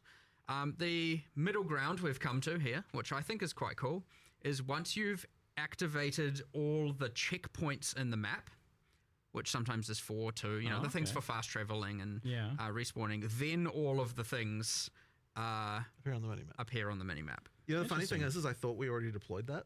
I don't think we have. Okay, right. That's what I was just remembering. We intended to deploy that back when people were complaining about it, and I feel like maybe we just kind of forgot. But so that was implemented a while ago. Play your map. You generally find the checkpoints. If you're in a straight line map, there's one at the start, one at the end. All right. How the heck are you missing rares? Anyway, I guess that's better. It can happen. But it doesn't just reveal the rares; it reveals everything. Every icon. So strongboxes you missed, rogue exiles you missed. Okay. Just so basically you can find if there's any content that you still wanted to grab. Now some people might argue, hold on, I'm just going to run around the entire map activating them all and then go clear. And I was like, well, okay, if you want to waste time. Right. But you're going to clear the map while you're doing that, right? So you probably clear the whole map anyway. Yeah, so it's kind of meant to be like, look, you've explored I think that's fair. At least, I mean, like, if there's generally speaking, if you've got like a big square or circle map, you're going to have 4 checkpoints. You activate all 4. You've at least explored the second biggest ship. Probably 75% of the map, right? Yeah, it's about getting and then it's like, okay, look, you're now allowed to see if you missed anything. But then you can also use the checkpoints. I've not heard about Ship Graveyard Simulator, which is kind of nice. So yeah, it kind of helps with that. So we did finally find a solution. I'm hoping this is a good middle ground. I guess that takes a long time. At least you've done 75% of the map, probably. Why do you just play doing it then? blind mini-map gameplay. And then from that point on, it's like, look, yeah, I get it. You probably missed something. You know where it is now. It should actually maybe overall be even more helpful because it's not just revealing the rares. It's going to reveal even more. So you'll know about everything else you missed. So we'll see how it goes. But yeah, I understand what are your thoughts on the new league for a lot of people. But you know, that's a perfect example of, again, it's are you hyped? You know, it's why I don't want people to not give feedback, because like this kind of stuff still should be fixed pretty imminently. And so yeah, it's a good case study, because I'm honestly surprised that you did do that, because this seemed like I loved the rare icons, but I was definitely a victim of I could imagine. We're looking at the minimap now, so it kind of seemed like a change for our own good situation. But what you're doing I think here, this is a good middle ground. Yeah, it seems like it's saving the players that feel like that they're FOMOing because, like, oh, I know I missed like a league mechanic in the map somewhere after this. Like, that is really bumming me out. And then they have to go and crawl back through everything and waste a bunch of time. So that's just kind of saving them. All right, so that's a good change. Nice change. Nice little extra bonus reveal there. Good stuff. Yeah. You just said rare monsters, and I A just had little this random, apricot. wait, what more did words we can do I that? say? Probably should have put that in the live stream if we hadn't deployed it yet. But See you later. It's in the Q&A. Good stuff. Yeah. We shall move on to kind of gear and passives, and this is in the topic of balance and character power, and this sort of stuff has been talked about a fair bit. Something that's mentioned a lot is that the ratio of player power that comes from gear versus what comes from ascendancy and passives, will. he's much more tilted towards gear than in Path of Exile 1. And so kind of like roughly for an example, like the average PoE 2 passive is like 10%. Yeah, whereas true. The PoE 1 passive is 16%. I was hoping for more whereas the amounts of Endgame gears as well. are pretty similar. So like the 100% increased fire But damage next of the wand league, is consistent as tier 1 affix between both games. I think there's Meaning still that, enough more content. Of the power has kind of been shifted away from the tree, the thing that you get by default, to gear. So this seems it's like good, a conscious but decision I would really more powerful. like that Is Endgame. it something like you've thought about or made like specific strides towards? Probably the main thing that we wanted to do in PoE 2 was make it so that the tree is more like we're trying to be a bit more stringent about how the tree is multiplicative with what your gear does. And that does make gear more important. I wouldn't say there's necessarily been a thing of like necessarily wanting to the amount of power overall that you get from one and the other is more unbalanced, but it's just making sure that like when you are using the tree, Rest for the Wicked that it's specializing your character more towards what the bonuses that your gear is giving you to kind of make the two things together. Like be sort of important to be thinking about both. So that was kind of our primary goal, but I don't know if you've got a different feeling about any of that.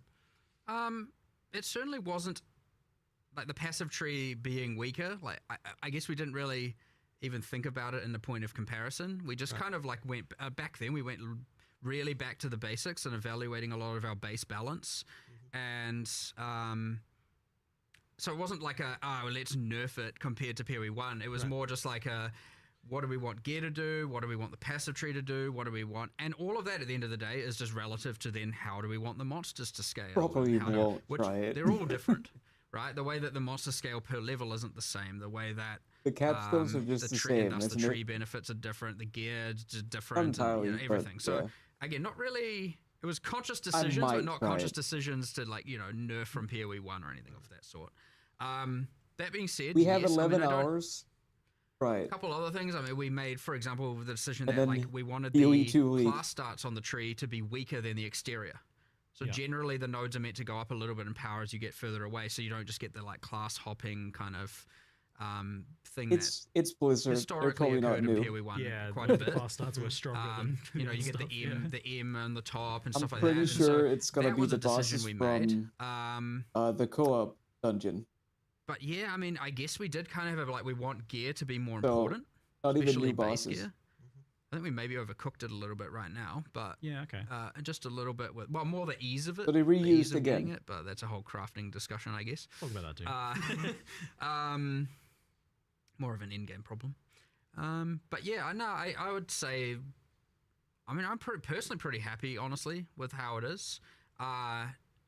Just that like ratio of importance of gear compared to passive. I guess like it's a question of how much power do you get for free, right? Like ultimately that's what it comes down to is like if my gear is, if I'm wearing all white gear, like how powerful is my character from just the tree? Good night. And that's like a little bit lower, Thank you. I think, in PoE 2. And the reason for that bothers some people, I guess. The reason for that specifically is because the tree is more multiplicative than it was. Thank you for today. In PoE 1, where there was more just base stuff, right? There. I mean, you can look at it even in simple things like, just life on the tree, for example, right? Like that's sort of another example of part of the thinking there is like, like the more base stuff is available on the tree, the more the same characters can be because they can just allocate the same stuff and get the same stuff without having to worry about the items. So yeah, that's kind of obviously just that's not entirely base in PoE 1, but you have base life. As in life without gear. Yeah. And where are you at on the life thing? Just like since you brought it up, I guess like still pretty happy with the decision to like remove that from the tree. I mean, look, we just wanted to. We just didn't. It's more that decision's mostly about not wanting every character just another one of those cases of every character being the same. Yeah. Like it's like we'd rather you specialized in the defense that relates to your character rather than just the same stat that every character should use. So we'll just have that general feeling. I mean, we've obviously still got imbalance here, and there's obviously still work to do. Never ending. So, like, the tree will just continue to evolve. And, like, we added a lot of passives at some point that are a lot more powerful, and we intend to keep doing it. And now we've obviously just added all the Druid ones. But not just that. Like, we added more, like, Ignite support around the Mercenary, for example, this time, like, as in 040. We're doing that. And then there's some changes to, like, some prod speedy stuff. Because, like, we were, like, looking at shotguns and trying to see how can we have them scale, and it's like, well, it turns out if you get a bunch of piercing with prod speed and some other stuff, like you can shoot them across the screen, and so like, well, how do you get that? Oh, there's not many, you know. So we're doing a bunch of like little increments like that, just based on what builds need. I know bleed needs a bit more love in the bottom right. And, oh yes. You know, so to make it not just entirely all blood mage spear users and that kind of thing going on. So again, it's gonna just honestly, we'll just do more bleed and more and more cool. and more and more on the tree. I suspect you'll get more. I'm not saying I'm going to increase the value of every node, but just by the nature of how many more things you can invest in and multiplicative elements, you're probably going to end up with a lot more power coming from the tree than what you do right now. But I actually prefer it doing it that way than just increasing all the numbers anyway. Because at the end of the day, if we then increase all the numbers and then it turns out the game is like too easy, well, then you have to nerf something somewhere or just buff monsters, and then you kind of end up in kind of the same place. So it's like, what did you actually achieve? So with the like approach to life then, which I feel like makes sense, like not wanting the trees to like look the same and whatnot, how do you feel about like why does ES kind of get a separate treatment when it ultimately, although it's a defense like evasion and armor, it functions much more like life? Because there's a lot of ES scaling and ES numbers are pretty high compared to life, and definitely I mean, that's a current balance issue for sure, but like, you know, just because it happens to function more similar to life, they're all at the end of the day a form of effective HP, right? So, I mean, they just, as long as they're not entirely symmetric, which is what makes them interesting, which is why one works this way and the others work a different way. And but yeah, I mean, there's clearly a misbalance. I mean, you got issues with Ghost Dance obviously being a bit hectic, and I guess going to start listing off things I'm going to nerf, I suppose. But, you know, like, I don't know. There's changes to be done here. There's a few changes coming. But we're at the point where I still look at it and I'm like, I'm pretty sure ES is still going to be pretty crazy.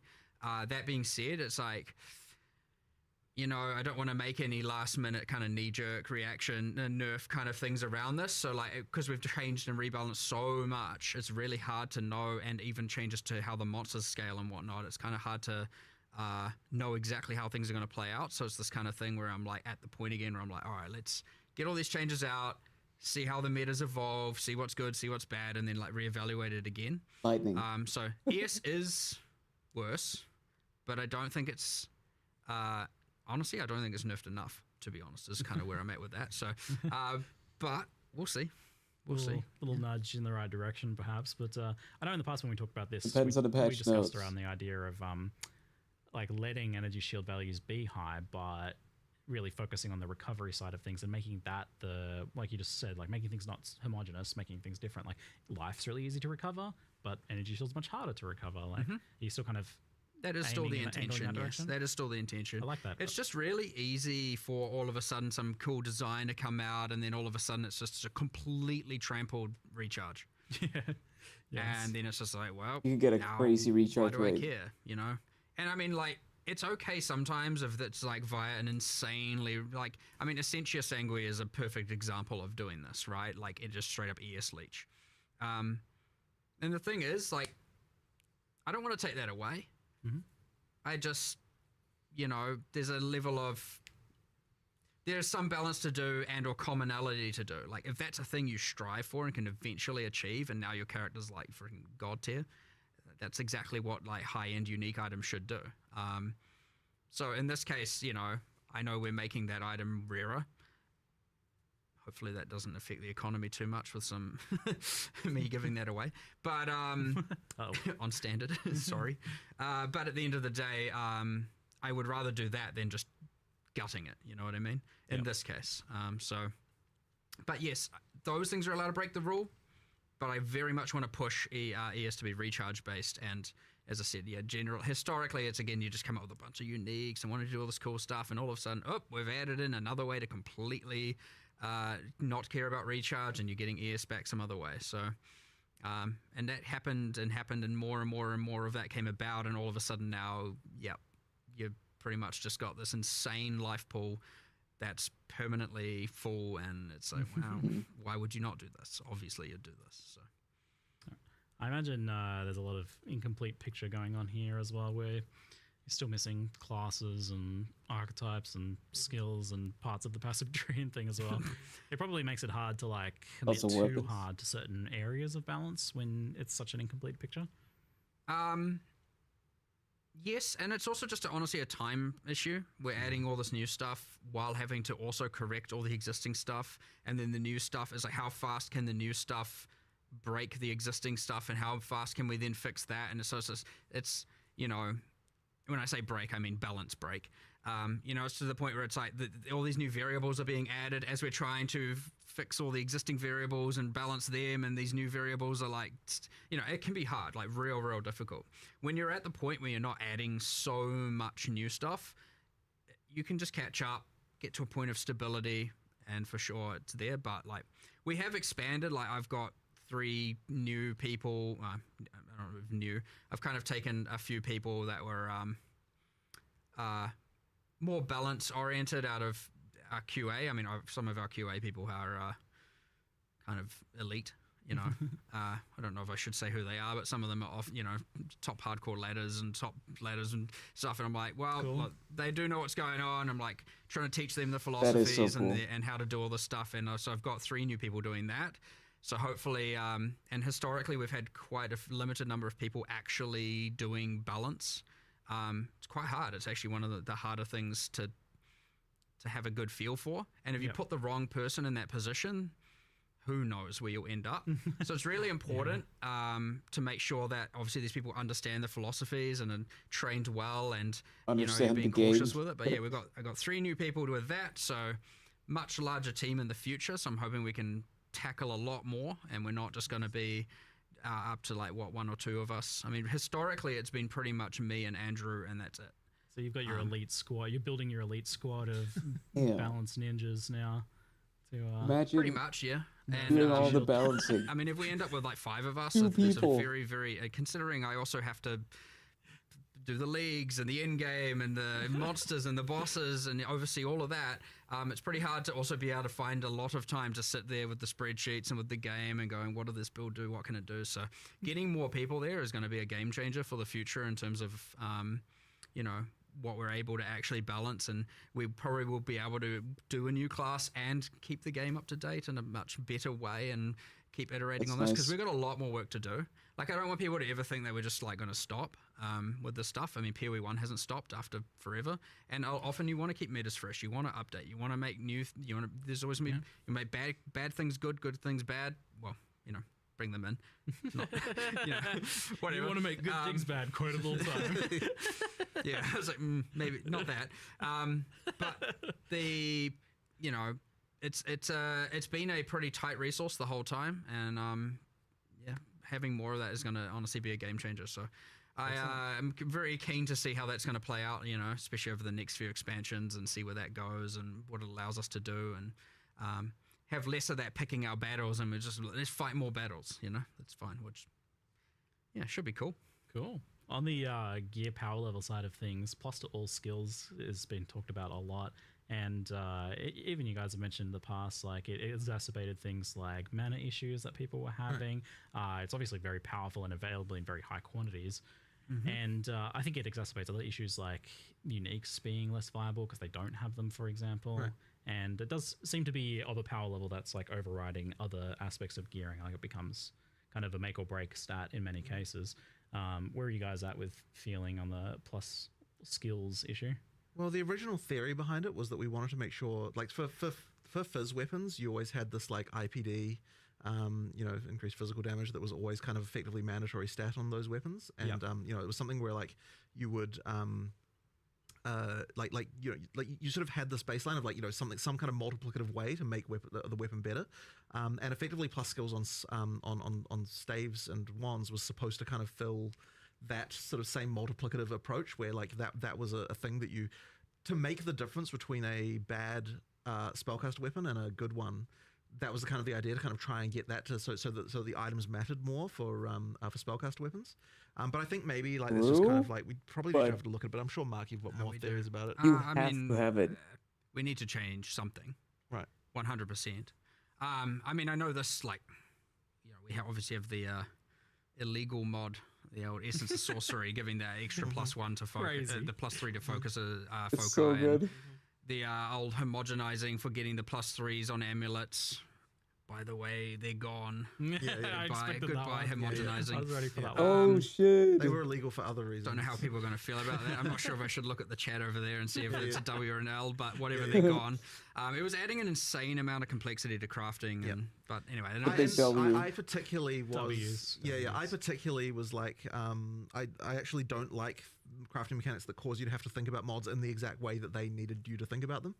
So how do you mean? Well, it's a bit tricky. I mean, it's like a whole other conversation probably. Yeah. But like they I don't think that that they were quite right for PoE 2. So yeah. But anyway, that's kind of off the point. I just randomly just started talking about stuff We'll talk more on the It's real easy to just pivot to start listing nerfs and things you're removing for some reason. Calm down. Sorry, but that's there good. is an issue. I understand it. I understand the whole. I have this perfect wand. But I've got triple T1 prefixes, but I don't have the gem level, so throw it on the floor, right? I mean, that's kind of generally it. It's like if it's missing that mod, it's trash, right? That's the bad feel. It's like I did everything right except for that, and it's terrible. And we would try to create a thing where it was like similar to, how do you itemize as a attacker? Right. And it was like, how can we have it be not just identical on a caster, but kind of have the same level of complexity of how to get and in particular that still have the same level of an item actually matters, right? Because traditionally in PoE 1 you had this thing where if you didn't want to have to worry about itemization very much, then like Spellcaster was the thing you could do. And we kind of did want to still try to like have it so that items do matter on Spellcasters as well. So why then does it seem like for a lot of people it doesn't work? Like, because IPD doesn't seem to attract ire. Yeah, I don't fully understand that. I think the mana cost thing might be part of it for sure. The increase in the mana cost. But I suspect at the end of the day it's because there are multiple ways to create an attack weapon that are good. Right. Even it's more than one way. A fizz weapon is not the only way. Right. Whereas a caster weapon doesn't really have that. Right. Like that might be it. And that's it. It's just it's if you don't have that mod, bad. If you do have that mod, it's fine. And that's it. It doesn't matter what the rest is necessarily doing. There's not really much other choice. Right. And so that honestly can be enough. Where it's like you instead of reducing the plus gems, you could create many different options, and maybe it's still fine. Like plus gems is one way, or there's this way, or there's this way, and that way it's like, yeah, sure, there's more opportunities. But yeah, right now it's just either good or bad, very binary. And it is quite hard to think of more multiplicative ways to improve spell damage, though. Like that was a real challenge when we were even looking into that. If I recall, it's weird to me that like added damage on a caster gear isn't doing that more. Like maybe it's because like so much of that's already available in the game through other means or something. I don't know, like because that is effectively added flat damage in the same way that plus gems is. Added flat damage on caster gear doesn't exist. Extra damages, I should say. Extra damages there. Yeah, added damage we removed because you just ended up doing a damage effectiveness on then every single skill to the point where it ended up being... I wasn't in love with damage effectiveness having to exist because I find it to be a bit confusing for people. Like I don't love that, and so I was kind of really hoping to avoid it. I did have this sort of feeling though back when we did that, of this inevitable, like we're probably going to have to add it back again one day, and I'm not going to like that because like it is a very useful tool, but yeah, I think it's just I think it kind of sucks as a thing personally. I'm just not a fan of it. The damage is extra. That's another take on that. I mean, that's we've done. I was just thinking of another change we've done here. So obviously, I'm pivoting a little bit, but it's still talking about caster weapons. So we'll say it's related. But in 040, we are doing a change where, even though we're not changing the plus spell so much, we are making it so that you can't essence +3 spells on the foci, which I said before. Just to be clear, that is a change. But the other thing we're doing is we're taking it's the runic and glyphic equivalent of spell damage on foci and for all the different damage types, and just saying they can't generate on foci now. And I think we're in the end game, we're then increasing the base energy shields a little bit. It doesn't, I know people, oh my god, you're making energy shield better. Don't worry, it makes like no real difference overall with the other changes in mind. But the idea is being that a wand and a foci should be slightly more defensively enhanced, not offensive compared to a staff. And so one thing we've done is we said all staff prefixes. So that's the damage is fire, the element damage is the types. It's the just increased specific damage, increased spell damage, what is it, mana? I don't remember what else. The prefixes. Those are all now double wands as opposed to, I think it was 50 to 55% higher than wands, give or take. So, and then, so if you want, like, it just adds more reason to want to use a staff. So the staff prefixes are double wands, whereas a wand plus foci is not giving you, well, it was pretty much giving you more damage, I actually think it was, than a staff would have been able to. Definitely not. So at least now staffs are going to be better, but that isn't anything to do with the gem level problem. It's still obviously its own problem, but it's again just talking about a little bit of the like overall improvements to just like finding different types of gear where it's like, well, why do I want the staff when I can have a wand and a you focus actually every made a time? ton of changes to just weapons, like generally, right? Like in terms of the progressions and stuff, especially through the campaign. Yes. So nobody uses when we were adding the talismans for the druid, only for casting. we were like, what do we want all the in-game base types to be? What do we want the damage in the campaign? And what we then started looking into was a lot of the other weapons going, well, what were they doing? And then I was looking at things going, well, this doesn't seem right here, and this doesn't seem right there. And you get these weird things which people probably don't honestly appreciate, maybe, where it's like you're upgrading your weapon, so you're going from like random examples. I don't know. I don't actually know if this is true. I'm just going to hypothetically. It's like you go from two-handed mace to 3 to two-handed mace 4. You know, you're going along the, I don't know what the actual names are. And then all of a sudden, like two-handed mace 5, it's got some implicit on it, and it's like, oh, that's interesting. But the damage is actually, the base DPS of that weapon is actually lower than the one before it. That was like 6 levels lower. And you're like, I don't know if that damage is worth the trade-off of the implicit. And so definitely it isn't worth it. It isn't, yes. The valuation of the implicit's damage penalty was mismatched in a lot of spots. And so you get these things where every third weapon in the campaign is just like a random DPS drop. And so we're changing all of that as much as we can, at least. The thing is, you might not even necessarily recognize this as a player, because generally speaking, you just like, you see a weapon that dropped and you're like, okay, what's the DPS of this compared to another one? You're not necessarily thinking about the fact that there's a new upgraded weapon type, or that's like, or that should have been higher. So what it ends up being is there's just a whole of like 20 levels go by where it's like, I can't get a weapon upgrade, and it's frustrating. And that's what it actually feels like when you actually play it. But in reality, what it was is that the weapon type that was supposed to be an upgrade is actually a downgrade. That's something that Mark immediately saw, and he was like, okay, we're doing a little bit more. I don't know if we're going to get through all the weapons, but we're trying. Whereas like you get to endgame and it's like, okay, what's your fast weapon? What's your crit weapon? What's your just standard good weapon? And then here's implicit A, implicit B, implicit C, you know. And then it's like, which one's your bonk weapon? Like, which one am I just going to bonk things with the slow, heavy hitter? And trying to just do a lot more of that and make sure there's all the in-game choices for all of these weapons, bunch of different cool implicits, changing some of them around, just reevaluating the damage of them all, just the base deep. So generally speaking, pretty much all of them going up across the board in little ways. Like, they're not, nothing make or break, but like, it's enough of a thing that as you're going through the campaign, you're not just like, where the heck are my upgrades? And also at the end game, just increasing a bit of the choices of different base weapons you could use for different builds and whatnot. So yeah, it's kind of one of those things that, you know, it's easy to go a little bit underappreciated, but, you know, it matters, like in changing the staffs and all of that stuff. It does, you know, contribute to the overall picture of just things feeling good.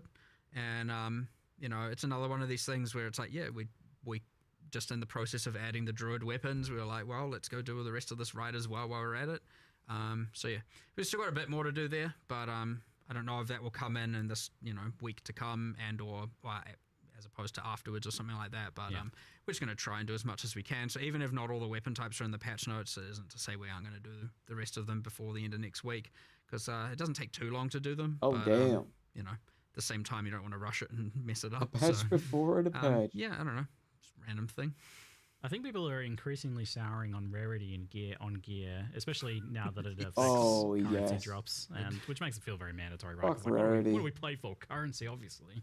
Well, don't you worry. We've had our, you know, every 3 months discussion of talking about rarity and what we're going to do with it. I think we did it again, didn't we? We got some updates? We did a little bit. We cut off some of the top tier mods, so just the overall amount of it is lower. It's a stopgap. I don't quite know. We haven't come to an exact decision, but like, it is true that it feels like every change we're making at this point is getting slightly closer to just it despawning. Keep having those meetings then. I will get rid of it eventually. It's just that we need to find we need to find the mods that can replace it in the mod pools that like in order to make it work. And it's like this is the annoying thing. Is it's like if we just removed it right now, there just wouldn't be enough of a mod. Like the mod pools wouldn't work. There is an interesting thing we see where and I don't like for sure it is understandable, but we see a lot of videos being made with just absolute 1000% misunderstandings of how it all works. And which probably isn't helping its cause in any way, because it has all these hidden DR things and just a bunch of hidden mechanics in it. But yeah, there's certainly a mass amount of misunderstanding as to how it works, and people going, look, it does exactly this change, and it's like it's not even doing 1/10 of what you're saying it's doing. That being said, I'm not saying it's not a problem. It is 100% a problem, but there is certainly a mass misunderstanding with. Again, because we don't even explain it anywhere. It's just this hidden, there's some formula somewhere, that no one has access to, except for us. And you've always been a bit secretive on drop-related stuff in particular, and like you guys kind of happy to keep it that way for that one, or is it something you're like misinformation? We wanted to make it clear. We want it. Okay. We were like, why don't we just get rid of the DR and find a way to make it work and actually display the actual value, but.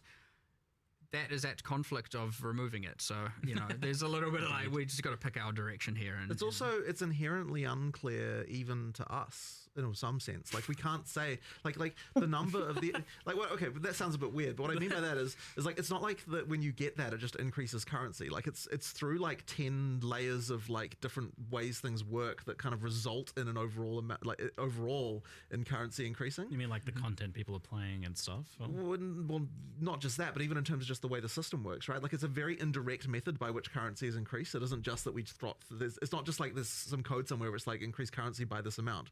Like it is actually like it is a result of multiple systems on top of each other working to result in that, and that's why like the only way for us to even know like what it even does is by simulating actual drops from actual monsters in order to work out what it actually did.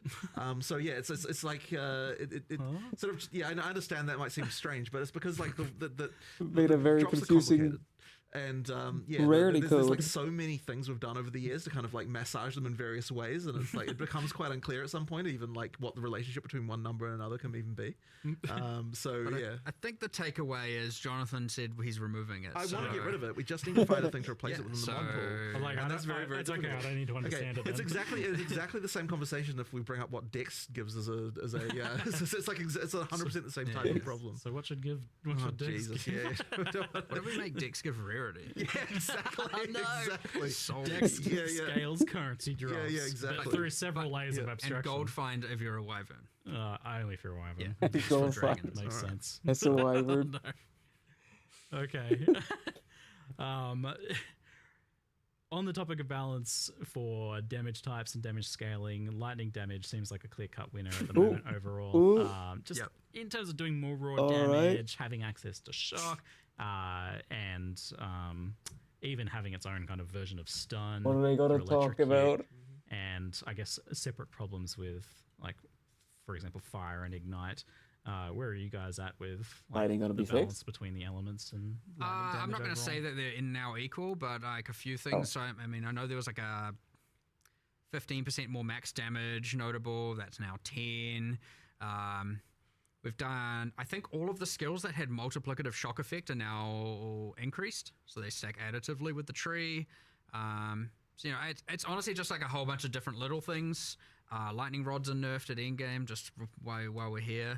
Don't worry, lots of things are buffed that aren't lightning builds necessarily. But no, some are as well. But yeah, it's. I don't want to just make it about let's gut lightning. I want to make it be like, well, let's make these other things feel cooler and more special. So it would be very easy to just go and gut lightning across the board. But that just seems like an overall net loss of fun. Because lightning is fun.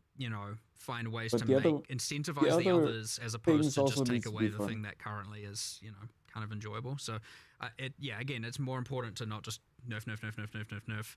Oh, now they're equal. I won't say we're there yet, but the problem is obvious, so at least it's not. And you don't really want things to be like the same power level ultimately. Like it seems like, you know, one of them should be more damage, and one of them has like more utility, like cold with freeze and chill. Well, for sure, like cold was but ultimately people aren't going to accept if one element has more clear speed than another. So like while it may not be damaged directly, it is in some indirect way it needs to translate to damage on some level. I mean, because, you need to it needs to, or rather it needs to indirectly translate into clear speed in some manner, right? So that's unless you're making the monsters 40% stronger. Well, and but that's what I mean, right? Because and then you're freezing them. Yeah, but I mean, because we're doing that, it means that it ultimately means that the higher damage, smaller AOE, like not having to actually rely on arcing all the time to be able to get the massive AOE can kind of like make a difference. So even just that change alone can shift the meta like a little bit. Yeah. Okay. Hopefully.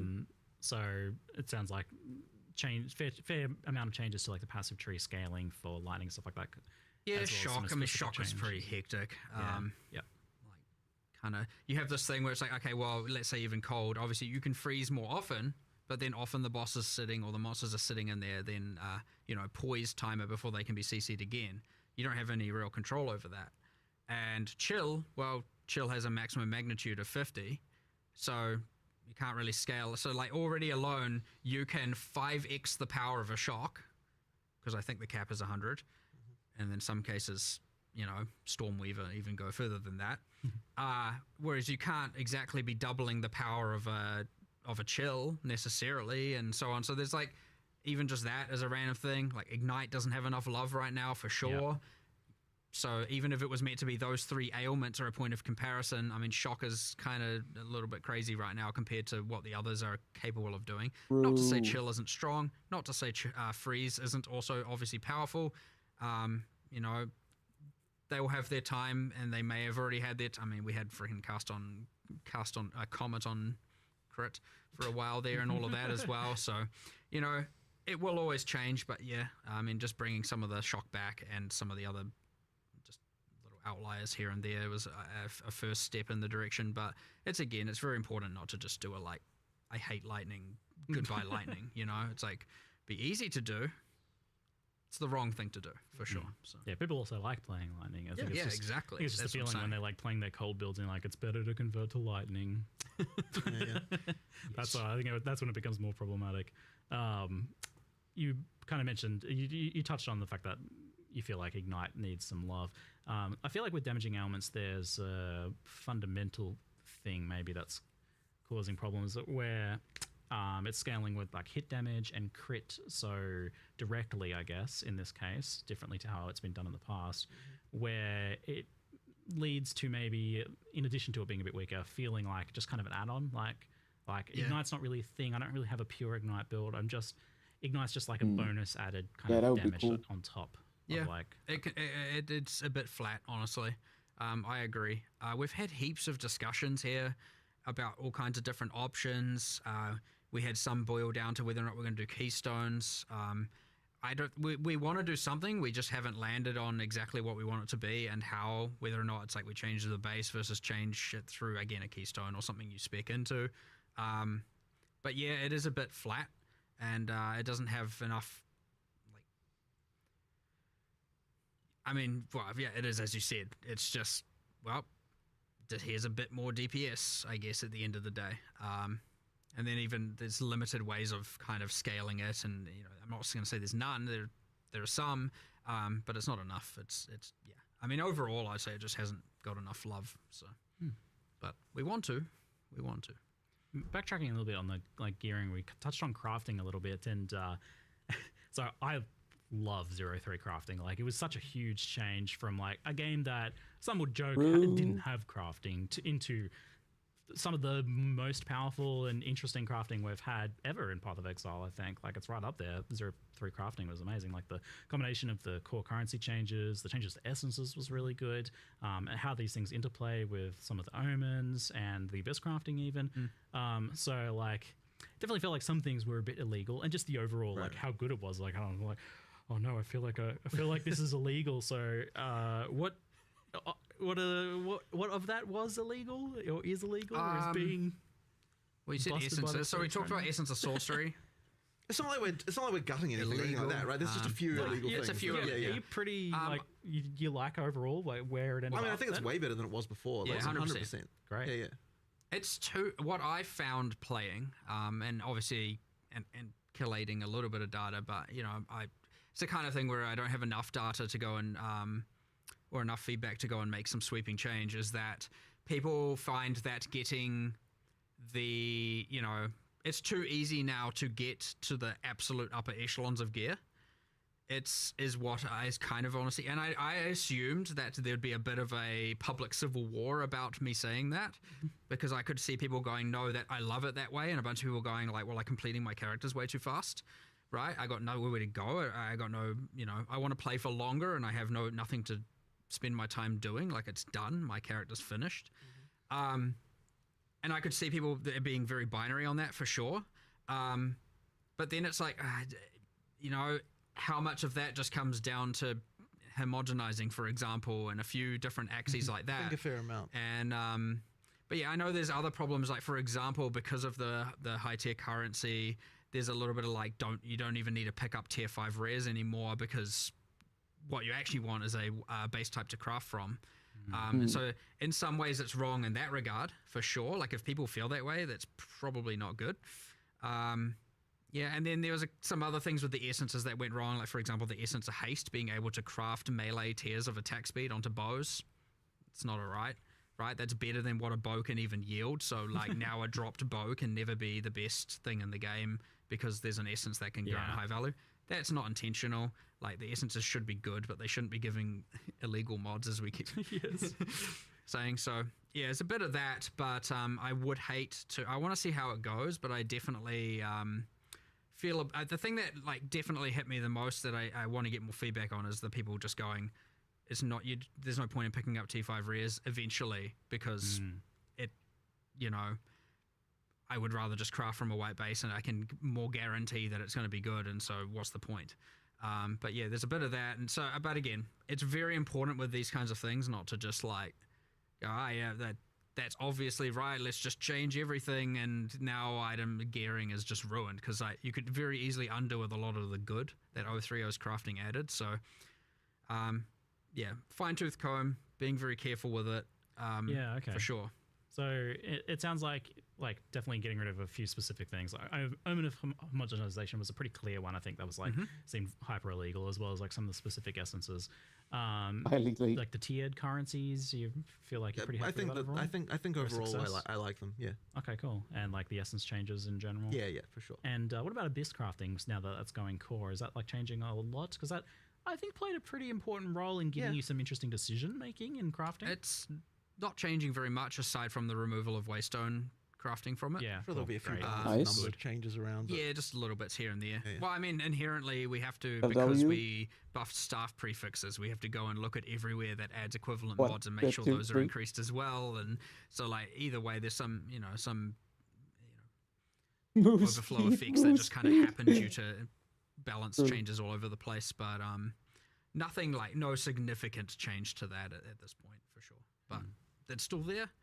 When you're playing through, even though it's core, when you're playing through the campaign, much like you get the world map icons, or it's like, oh, there's things here. We've got a bunch of areas where there are abysses. A few. I think it's 6.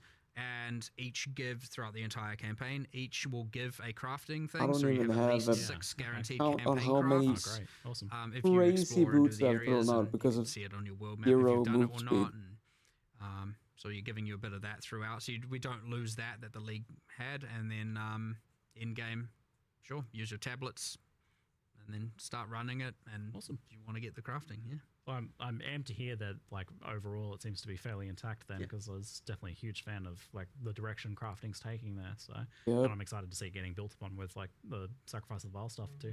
Well, the new Vaal stuff. Excellent news. Alongside that, we had the addition of asynchronous trade, and both things obviously very powerful for gear acquisition, raising both like the kind of floor of like what's considered your like baseline gear. What's your 1 exalt gear basically goes up a lot, but also like getting it more accessible to get to, like to craft or to obtain the really high end gear. how much of an effect have you seen in terms of like players kind of making the game easier? Like, has the game gotten a lot easier overall for people? Are people like reaching their final product earlier? It's really hard to tell how much of it is the trade system and how much of it is the crafting changes. Like, it's actually really quite hard to disentangle. So what about as an overall picture? Yeah, I mean, look, but at the end of the day, it's like the crafting system the trading system as it is something people just need to have. So, like, we just have to, work within that. We're going hardcore soul like, if we have found. a in-game itemization problem, we're not going to go and say we need to nerf trading. Good. Right. We're past that. Yeah. Finally, we can put that in our review mirror. Excellent. Yeah, so the question is, like, I guess now more just adapting over to that. I'm just curious, like, as to how extreme it has been, because it seems like it would be absolutely massive, like crazy. But it's honestly quite hard to tell, as I said, due to the other changes. I guess it's like a longer period thing to analyze. But then at the end of the day as well, you could say that if this is a feature we need to have, then it doesn't necessarily matter. Like, we just need to work with it and just deal with it. So, I know in the past there was a fear, and this kind of touches on crafting a lot, where if people could craft like really good gear super easily, that they would stop playing. Like, the player retention would go down. I feel like in some cases we've seen some of the opposite phenomena. Like, there is to an extent the opposite phenomena where like people gain access to the builds they want to play. They gain access to content they might not have wants, and I just kept playing. So their engagement and the amount of time they play ends up going up as a result. Like, in a surprising twist. That definitely can happen, but at the end of the day, like, retention isn't exactly the reason why we do it. It's because we sort of feel like, if we did want to make getting the hardest gear harder, then the reason we would be doing it is because we don't like the feeling that you can get of like, I don't have anything else to get. You know what I mean? Like, that would be the reason to do it, not necessarily because of retention reasons. You know what I mean? Like, it's more about the play experience, to be honest. Because when it comes right down to it, that's like, good our to hear, model's always Jonathan. been, we want to keep you coming back every league. Like, we don't necessarily care how long you play a given league for.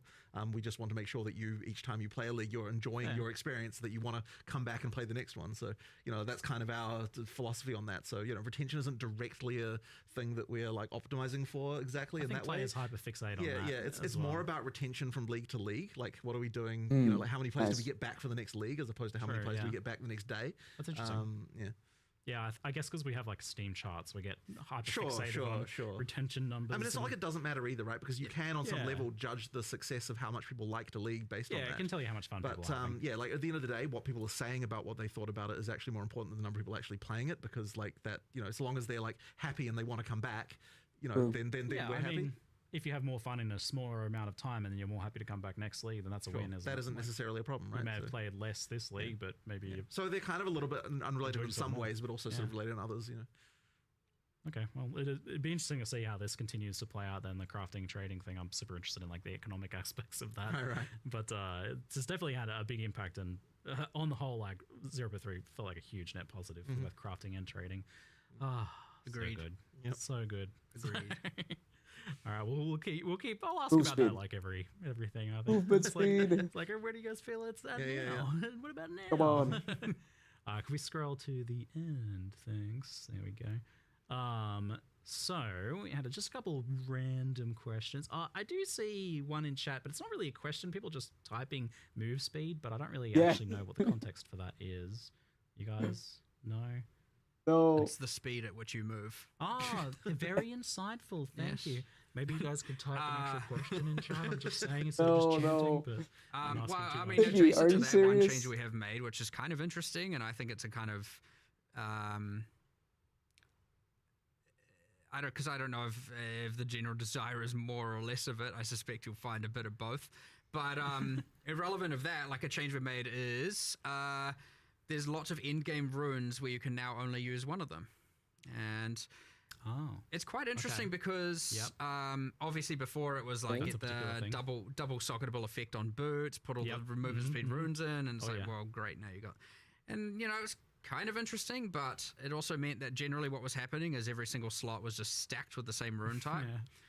So now you're getting this like kind of nice mixture of different runes being used and different things, and it's kind of enhancing that. But yes, it overall makes the amount of movement speed you're getting from boots lower at the end game. But those were like very, very, very expensive. So true, controllers are which is kind of cool. Mouse and keyboard transition.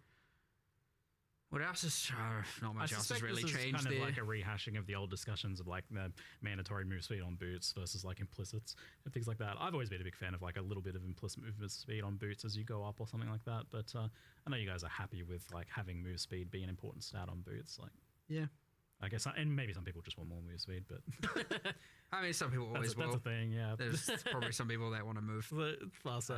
It's just less. But they're just so I think there's some people bad who might want if to have there's a less no mandatoriness movement. to have to move so fast as well to some degree. Yeah, But yeah, I don't I've know. been more on that side of things. Like, maybe make some of the maps a little smaller, so move speed's less important. I feel. We don't like mandatory mod items on. Yeah, it was that topic. Okay, cool. Thanks, team. Just confirming that. Yeah, I feel like that's been discussed fairly well at this point. Yeah, We're at the same stance on that, really. Which is it's interesting because technically, if we end up acknowledging that is wrong in the context of staffs and wands, then we might have to reevaluate why it's right in the context of movement speed. It's an interesting thing where one discussion might yield the other because it's kind of a similar problem in both contexts. And It is. we might end up who knows what side of the fence we're going to land on, you know what I mean? True. I've seen Acolyte of Chayula get mentioned a lot. I have not played that class, so I can't speak to it too closely, but is that one that is getting we've some done number love, buffs I at the think? very least, yes. Yeah, okay. I think almost every ascendancy class has some level, like, honestly, some of it is like one node changed, some of it, like, for example, Pathfinder's got 2 whole new notables, and, like, we got rid, I mean, Pathfinder just did that, we got rid of the poison spreading notable because it's pretty much Herald of Plague, and we just put the 4-pointer to the 2-pointer, so you get the actual more powerful spike one for cheaper.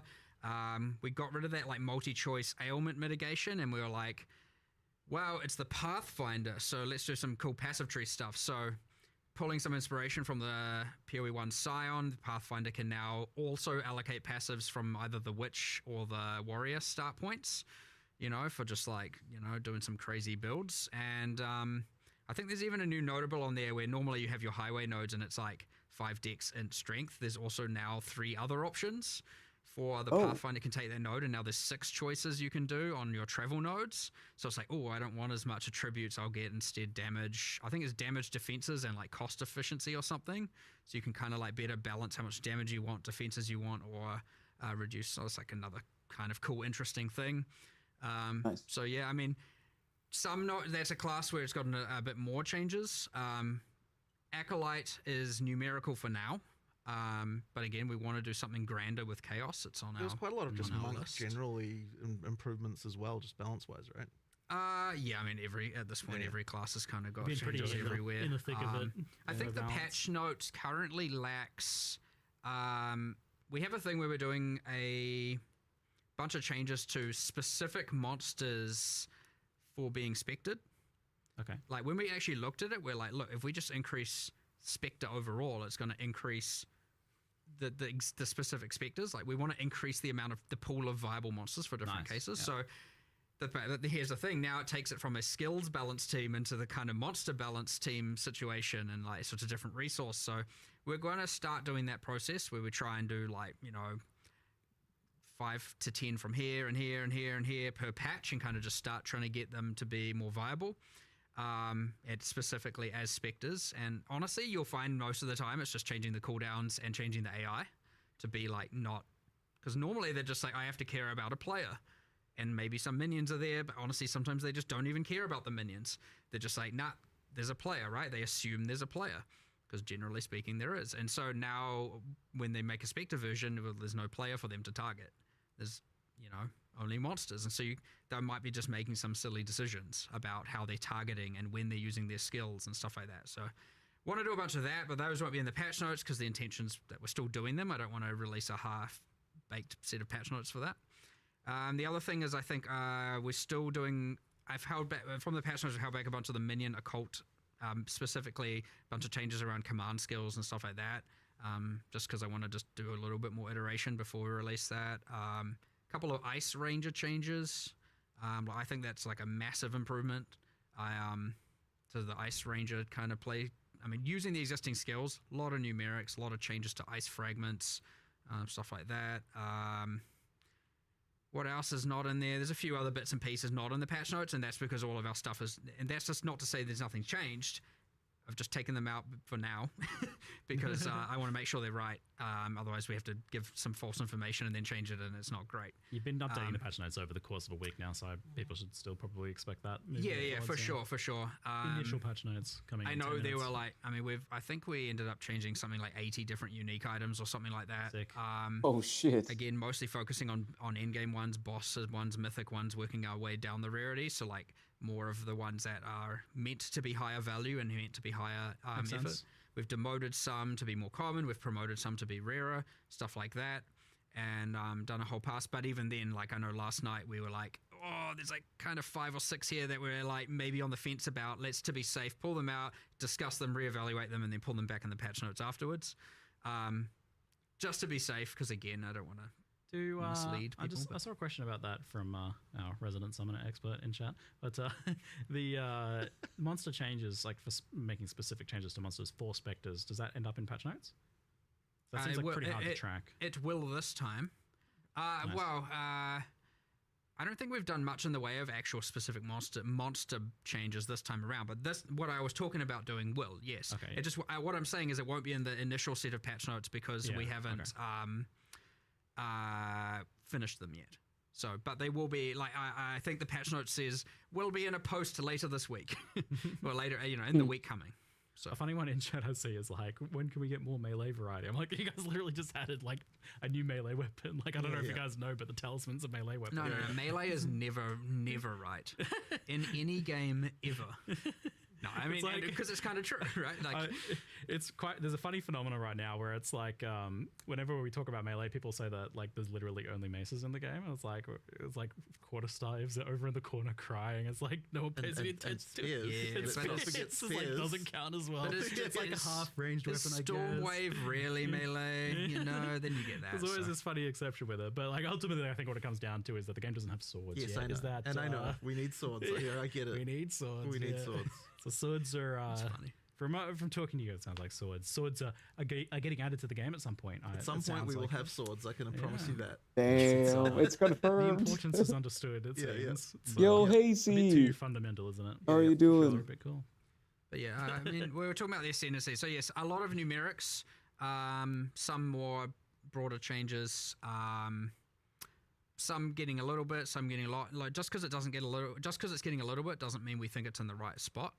At the end of the day, we've just started going. Like Smith and Katava got a decent amount of changes. Nice. Kind of a lot better now, for sure. I'm glad to hear that. Well, we're getting a new update, so that's pretty cool. Honestly, like, I want to say 90% of all the balance changes are probably in the direction of taking underplayed and underpowerful things and making them a bit better. Nice. Announcement stream, that so isn't to say that we've it's just a successfully lot made, of talking. like maybe at the end of the day, lightning archers are still somehow better than ice archers at the end game, but certainly the gap has narrowed and you'll feel less bad for playing one over the other, and less bad about decisions, and so that's ultimately Other the goal. than that, I am doing. But yeah, huge step in the right direction, I'd say. But yeah, and then things like Outer Louis, all those outliers on the top end, those are coming down a bit, for sure. Sometimes more than a bit, depending how extreme they were. Culmination's another one where like just having an uncapped combo thing, and you get damage per combo. I mean, and then obviously you can just one-shot everything in the game at that point. So that's It's a bit boring. Well. Some of these outliers 100% brought into place. Sometimes to give some gold. Cases, but again, more like 95% of all the I changes don't that we're know. trying to make is I don't think bringing I've up the necessarily underplayed things to be a finished bit my better. break. And I just to all wanted kinds to of varying stream this. degrees. It's really hard to. It's like, But I will do you be just do back everything across the streaming board Path of and Exile try and 2 look at when it everything comes and out, give everything a minute, or do you really hone in on one build? which is on. It starts right on at this point, we're 12. trying to do a very widespread. Let's look at But literally we're every doing skill and go, hardcore is there Druid. a decision we can? What would we do? And it's like, it would require this huge rework. Okay, instead of waiting for that, can we just do some numbers for now? Do the rework later to really it's just give a it temporary what it truly should be. not break. If so, let's do that, and then Yeah, ditch that exactly. thing for a later time when we have more time, and then move to the next, do the same assessment, and then we just try to do that for literally everything. But I'm on a survival plan until Yes. February, Four things when that I'll get are some help. not So, already, up yeah. at the top tier, generally. Right. We're getting quite close to patch notes, so we'll rapid fire some things off But here. it's still close enough. it seemed like at one point like druids were going to have claws as their weapons, so that has obviously changed to talismans. Or that might have they been were a like case of long That time. was ago. actually that was actually for the something. huntress. Yeah. Oh, okay, weird. Yeah, so it sounds like claws are probably not going to be a thing then. Probably Like, not anytime soon. Decided not less interesting than Boss would be Yeah. awesome. Hot swapping between controller It's and an mouse and ARPG. keyboard. Yeah, something I promise every So, single time. Imagine So if somehow Diablo, Diablo 4 was a good game. So what I can say is that it is actually, we have an That's Path implementation of of Exile it. 2. We're not shipping it this time. But it's much more close than it was last time. Like, there's just some stuff that needs to happen. All but, the like, action there's was a in the thing that beginning. has been It seen was- on a programmer's It was crazy. workstation as to work. But yeah, there's still a bit more to do. But yeah, like next The Druid time, looks I know I've said this awesome, twice before, and next the new- time, we will definitely have that. I know The it's like, new it's a weirdly incursion huger feature league than from it Path seems of Exile because, 1. like the code was Well, just originally it not looks written good. with that in It's mind nice. at all. And you know, yeah, it's just requiring a lot of re-engineering of a whole bunch of existing UI. But hey, you can watch a lot Looking of forward it to it, so I can on the I know, 12th. I do know. inventory management. I know. We will have it, but yeah, Controller it's- inventory. Oof, yeah. no. But yeah. I'm Okay, probably good gonna die news. at It's being fun. worked on daily. It sounds like. Maybe. Do you have like a rough timeline for full release, or not ready to announce that yet? Don't really have it to announce, but I mean, look, I certainly don't want it to be 2027. Like, it's gotta. I really want it to be next year. Like, I really do. So, you know, like it'll be. I really want it to be next year. But We certainly underestimated the amount of work we wanted to. yeah. Certainly by 2026, having I don't think that's gonna make all the happen. leagues constantly and all of that. And I know some people might be like, just don't. But like, you know, No, you need to do. You gotta. we want people to play the game still and Exactly. enjoy Oh, it. And, shit. you know, Well, do what we that wanna is do, more but- important, so, yeah, Hazy. You get this thing where we severely Definitely. underestimated how much like Yeah. time, extra Oh, yeah, time that's it so would cool, add. actually. Your rule of cool of like we want to do the 130 extra passives because it's cool. I mean that has an expense. Cybersecurity. All of this does get in the way technically, but I mean, look, at the Very end of the day, we're not freaking gonna release important. until everyone's happy. Worthwhile. So That's true. Yeah, That's so true. that's That's what needs to happen first. So you know, It's a good Yeah. trade-off. yeah.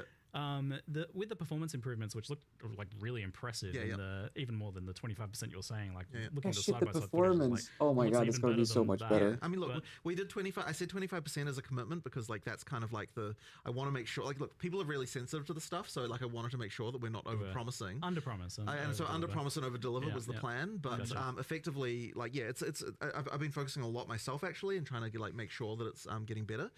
Effectively, what we've done is, I mean, obviously there's just sort of traditional optimization that happens, but a lot of it is just effectively making sure we're multi-threading things better, taking advantage of more CPU cores. If you're GPU bound and you don't have dynamic resolution turned on, then it obviously won't affect you because you're GPU bound. If you've got dynamic resolution on, so you know like GPU is not so much of a concern, then CPU was definitely a problem for just about everyone. Like even really fast CPUs were having issues in in-game mapping. So the goal really was to make it so that, you know, like when you've got a lot of shit going on, that your So CPU is not hopefully overloaded. no We did that freaking by lag. threading things much better than we were before. And you know, just traditional optimization, just lots of improvements there. So yeah, like what is a red now, teamer? There's so many things that are working better than they were before. Is that somebody who like in many tries cases, to honestly, hack you see double frame into rate, like just straight up. the company as to I said, hire like, you? not Hire you? consistently in all cases. So yeah, and consoles obviously saw a huge improvement. They you know, consoles just have weaker CPUs than PCs do. So therefore, when you're doing CPU optimization, consoles are what's going to benefit from that. And yeah, just it's just a lot nice. better. All Now, right. one of the things I'm a bit worried about is that by multi-threading more things, you can run into multi-threading bugs. So I have So there I've learned might something be, about hopefully not, but there might cybersecurity. be some more crashing going on when we first launched, just because, like, you know, like Yeah, the thing with I can see multi-threading that is that, like, as yeah, being depending a on the exact cool one. scenario, different things can happen at different times. That is can offensive, cause some, blues defensive. issues. I'm Makes really sense. hoping we don't run into that. We're trying to do as much testing as we can to fix all those kinds of issues. But yeah, effectively, that would be the worry. But yeah, I think that it was definitely worth taking the plunge and doing that stuff because 2 it is way hours. Oh better. my god, And, Williams. you know, yeah, I probably And should make like a video on hello. exactly, like, you know, some of the That is like, poggers. a deep dive into it at some point because it's kind of interesting. I know It there's a even lot of it detail there. feels Wait, like there's even purple? still, What the hell? occasionally you guys are still just finding Ridiculous things that like, yeah. oh, What we are- just what is made the it first a thing you're whole gonna nother play, chunk Williams? faster. Yeah, And I'm like, exactly. just because of some just ancient thing. It's just, Yeah, you know. it's yeah, we definitely still find some crazy stuff, and yeah, like it's going to be a lot better. I expect it's not even, it's just going to keep going as well. Yeah, for no, like a exactly. while. So that's the other thing is like I want to spend even more time on getting this exactly right. We're not even at the point like when I'm looking at it now, I'm like we could still theoretically make this quite a bit faster than it even still is. You've been personally like really on this every Yeah, my God, yeah, I there's have. so many because it's been such a big issue, and you know, like I wanted to actually get back in there and spend a bit Good of time. choices. And, yeah, as I said, nice. Like, already it's so much better. I haven't now. played But yeah, a single one of them. Yeah, wait, Persona 5 I've played, but it's great news. not till the patch end. notes are here. All so right. we will end there and let no people one's interested go in listening to us anymore. They've got, shit! Everybody's gone.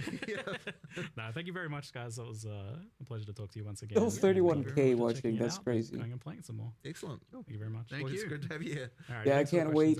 Play Druids. Thanks for watching. Camera's on, so I'll just look at you.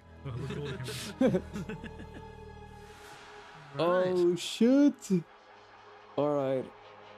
Druid is looking crazy. Incursion is gonna be awesome. I'm kinda sad that we're not gonna get more endgame. But you know, that's gonna be delayed till next season, I guess. Or league. Keep calling it season. I guess they call it expansion. Ah, that's crazy. Yeah, that's crazy. That's gonna be good. What is the patch notes? Oh, that's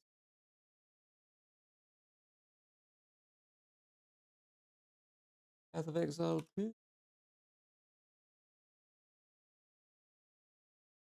7 days.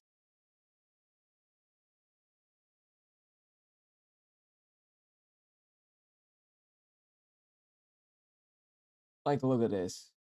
That's gonna be so cool. We got a wolf, we got a cool looking bear, and we got a wyvern. The wyvern looks so interesting.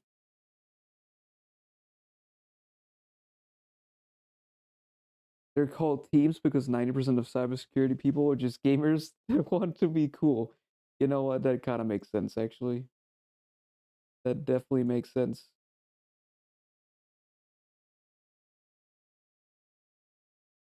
Teams does also make it be a little bit more cool. The rooting is also nice. I'm gonna have to make like a lot of different builds, I think. I'm gonna die so many times, I think. Ooh, that looks cool.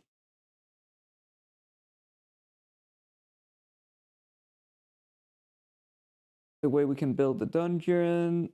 I still don't know what the rewards are gonna be, but we'll see.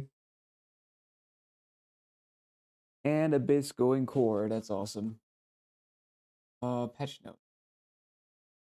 I'm just gonna look how freaking huge it is.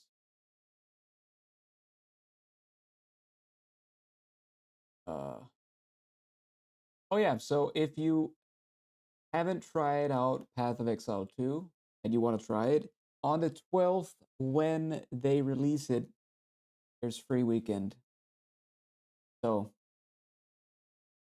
I would say that's a good time to get into it, or try it at least.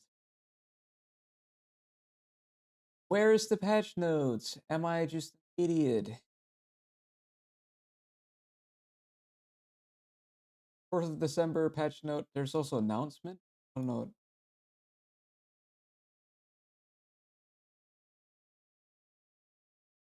Oh, that's just okay. Content update.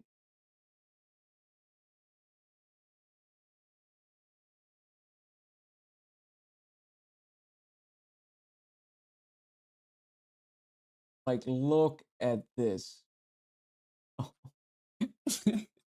They added so many. Or changed, at least. Oh, there's a lot of endgame change.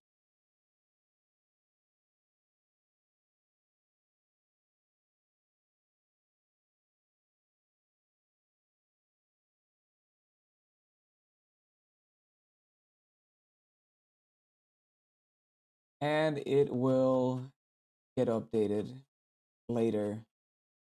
Damn. Yeah, that's crazy. Alright. Shit. It's gonna be awesome. I can't wait. I can't wait. 12th of December, it's gonna be Poggers.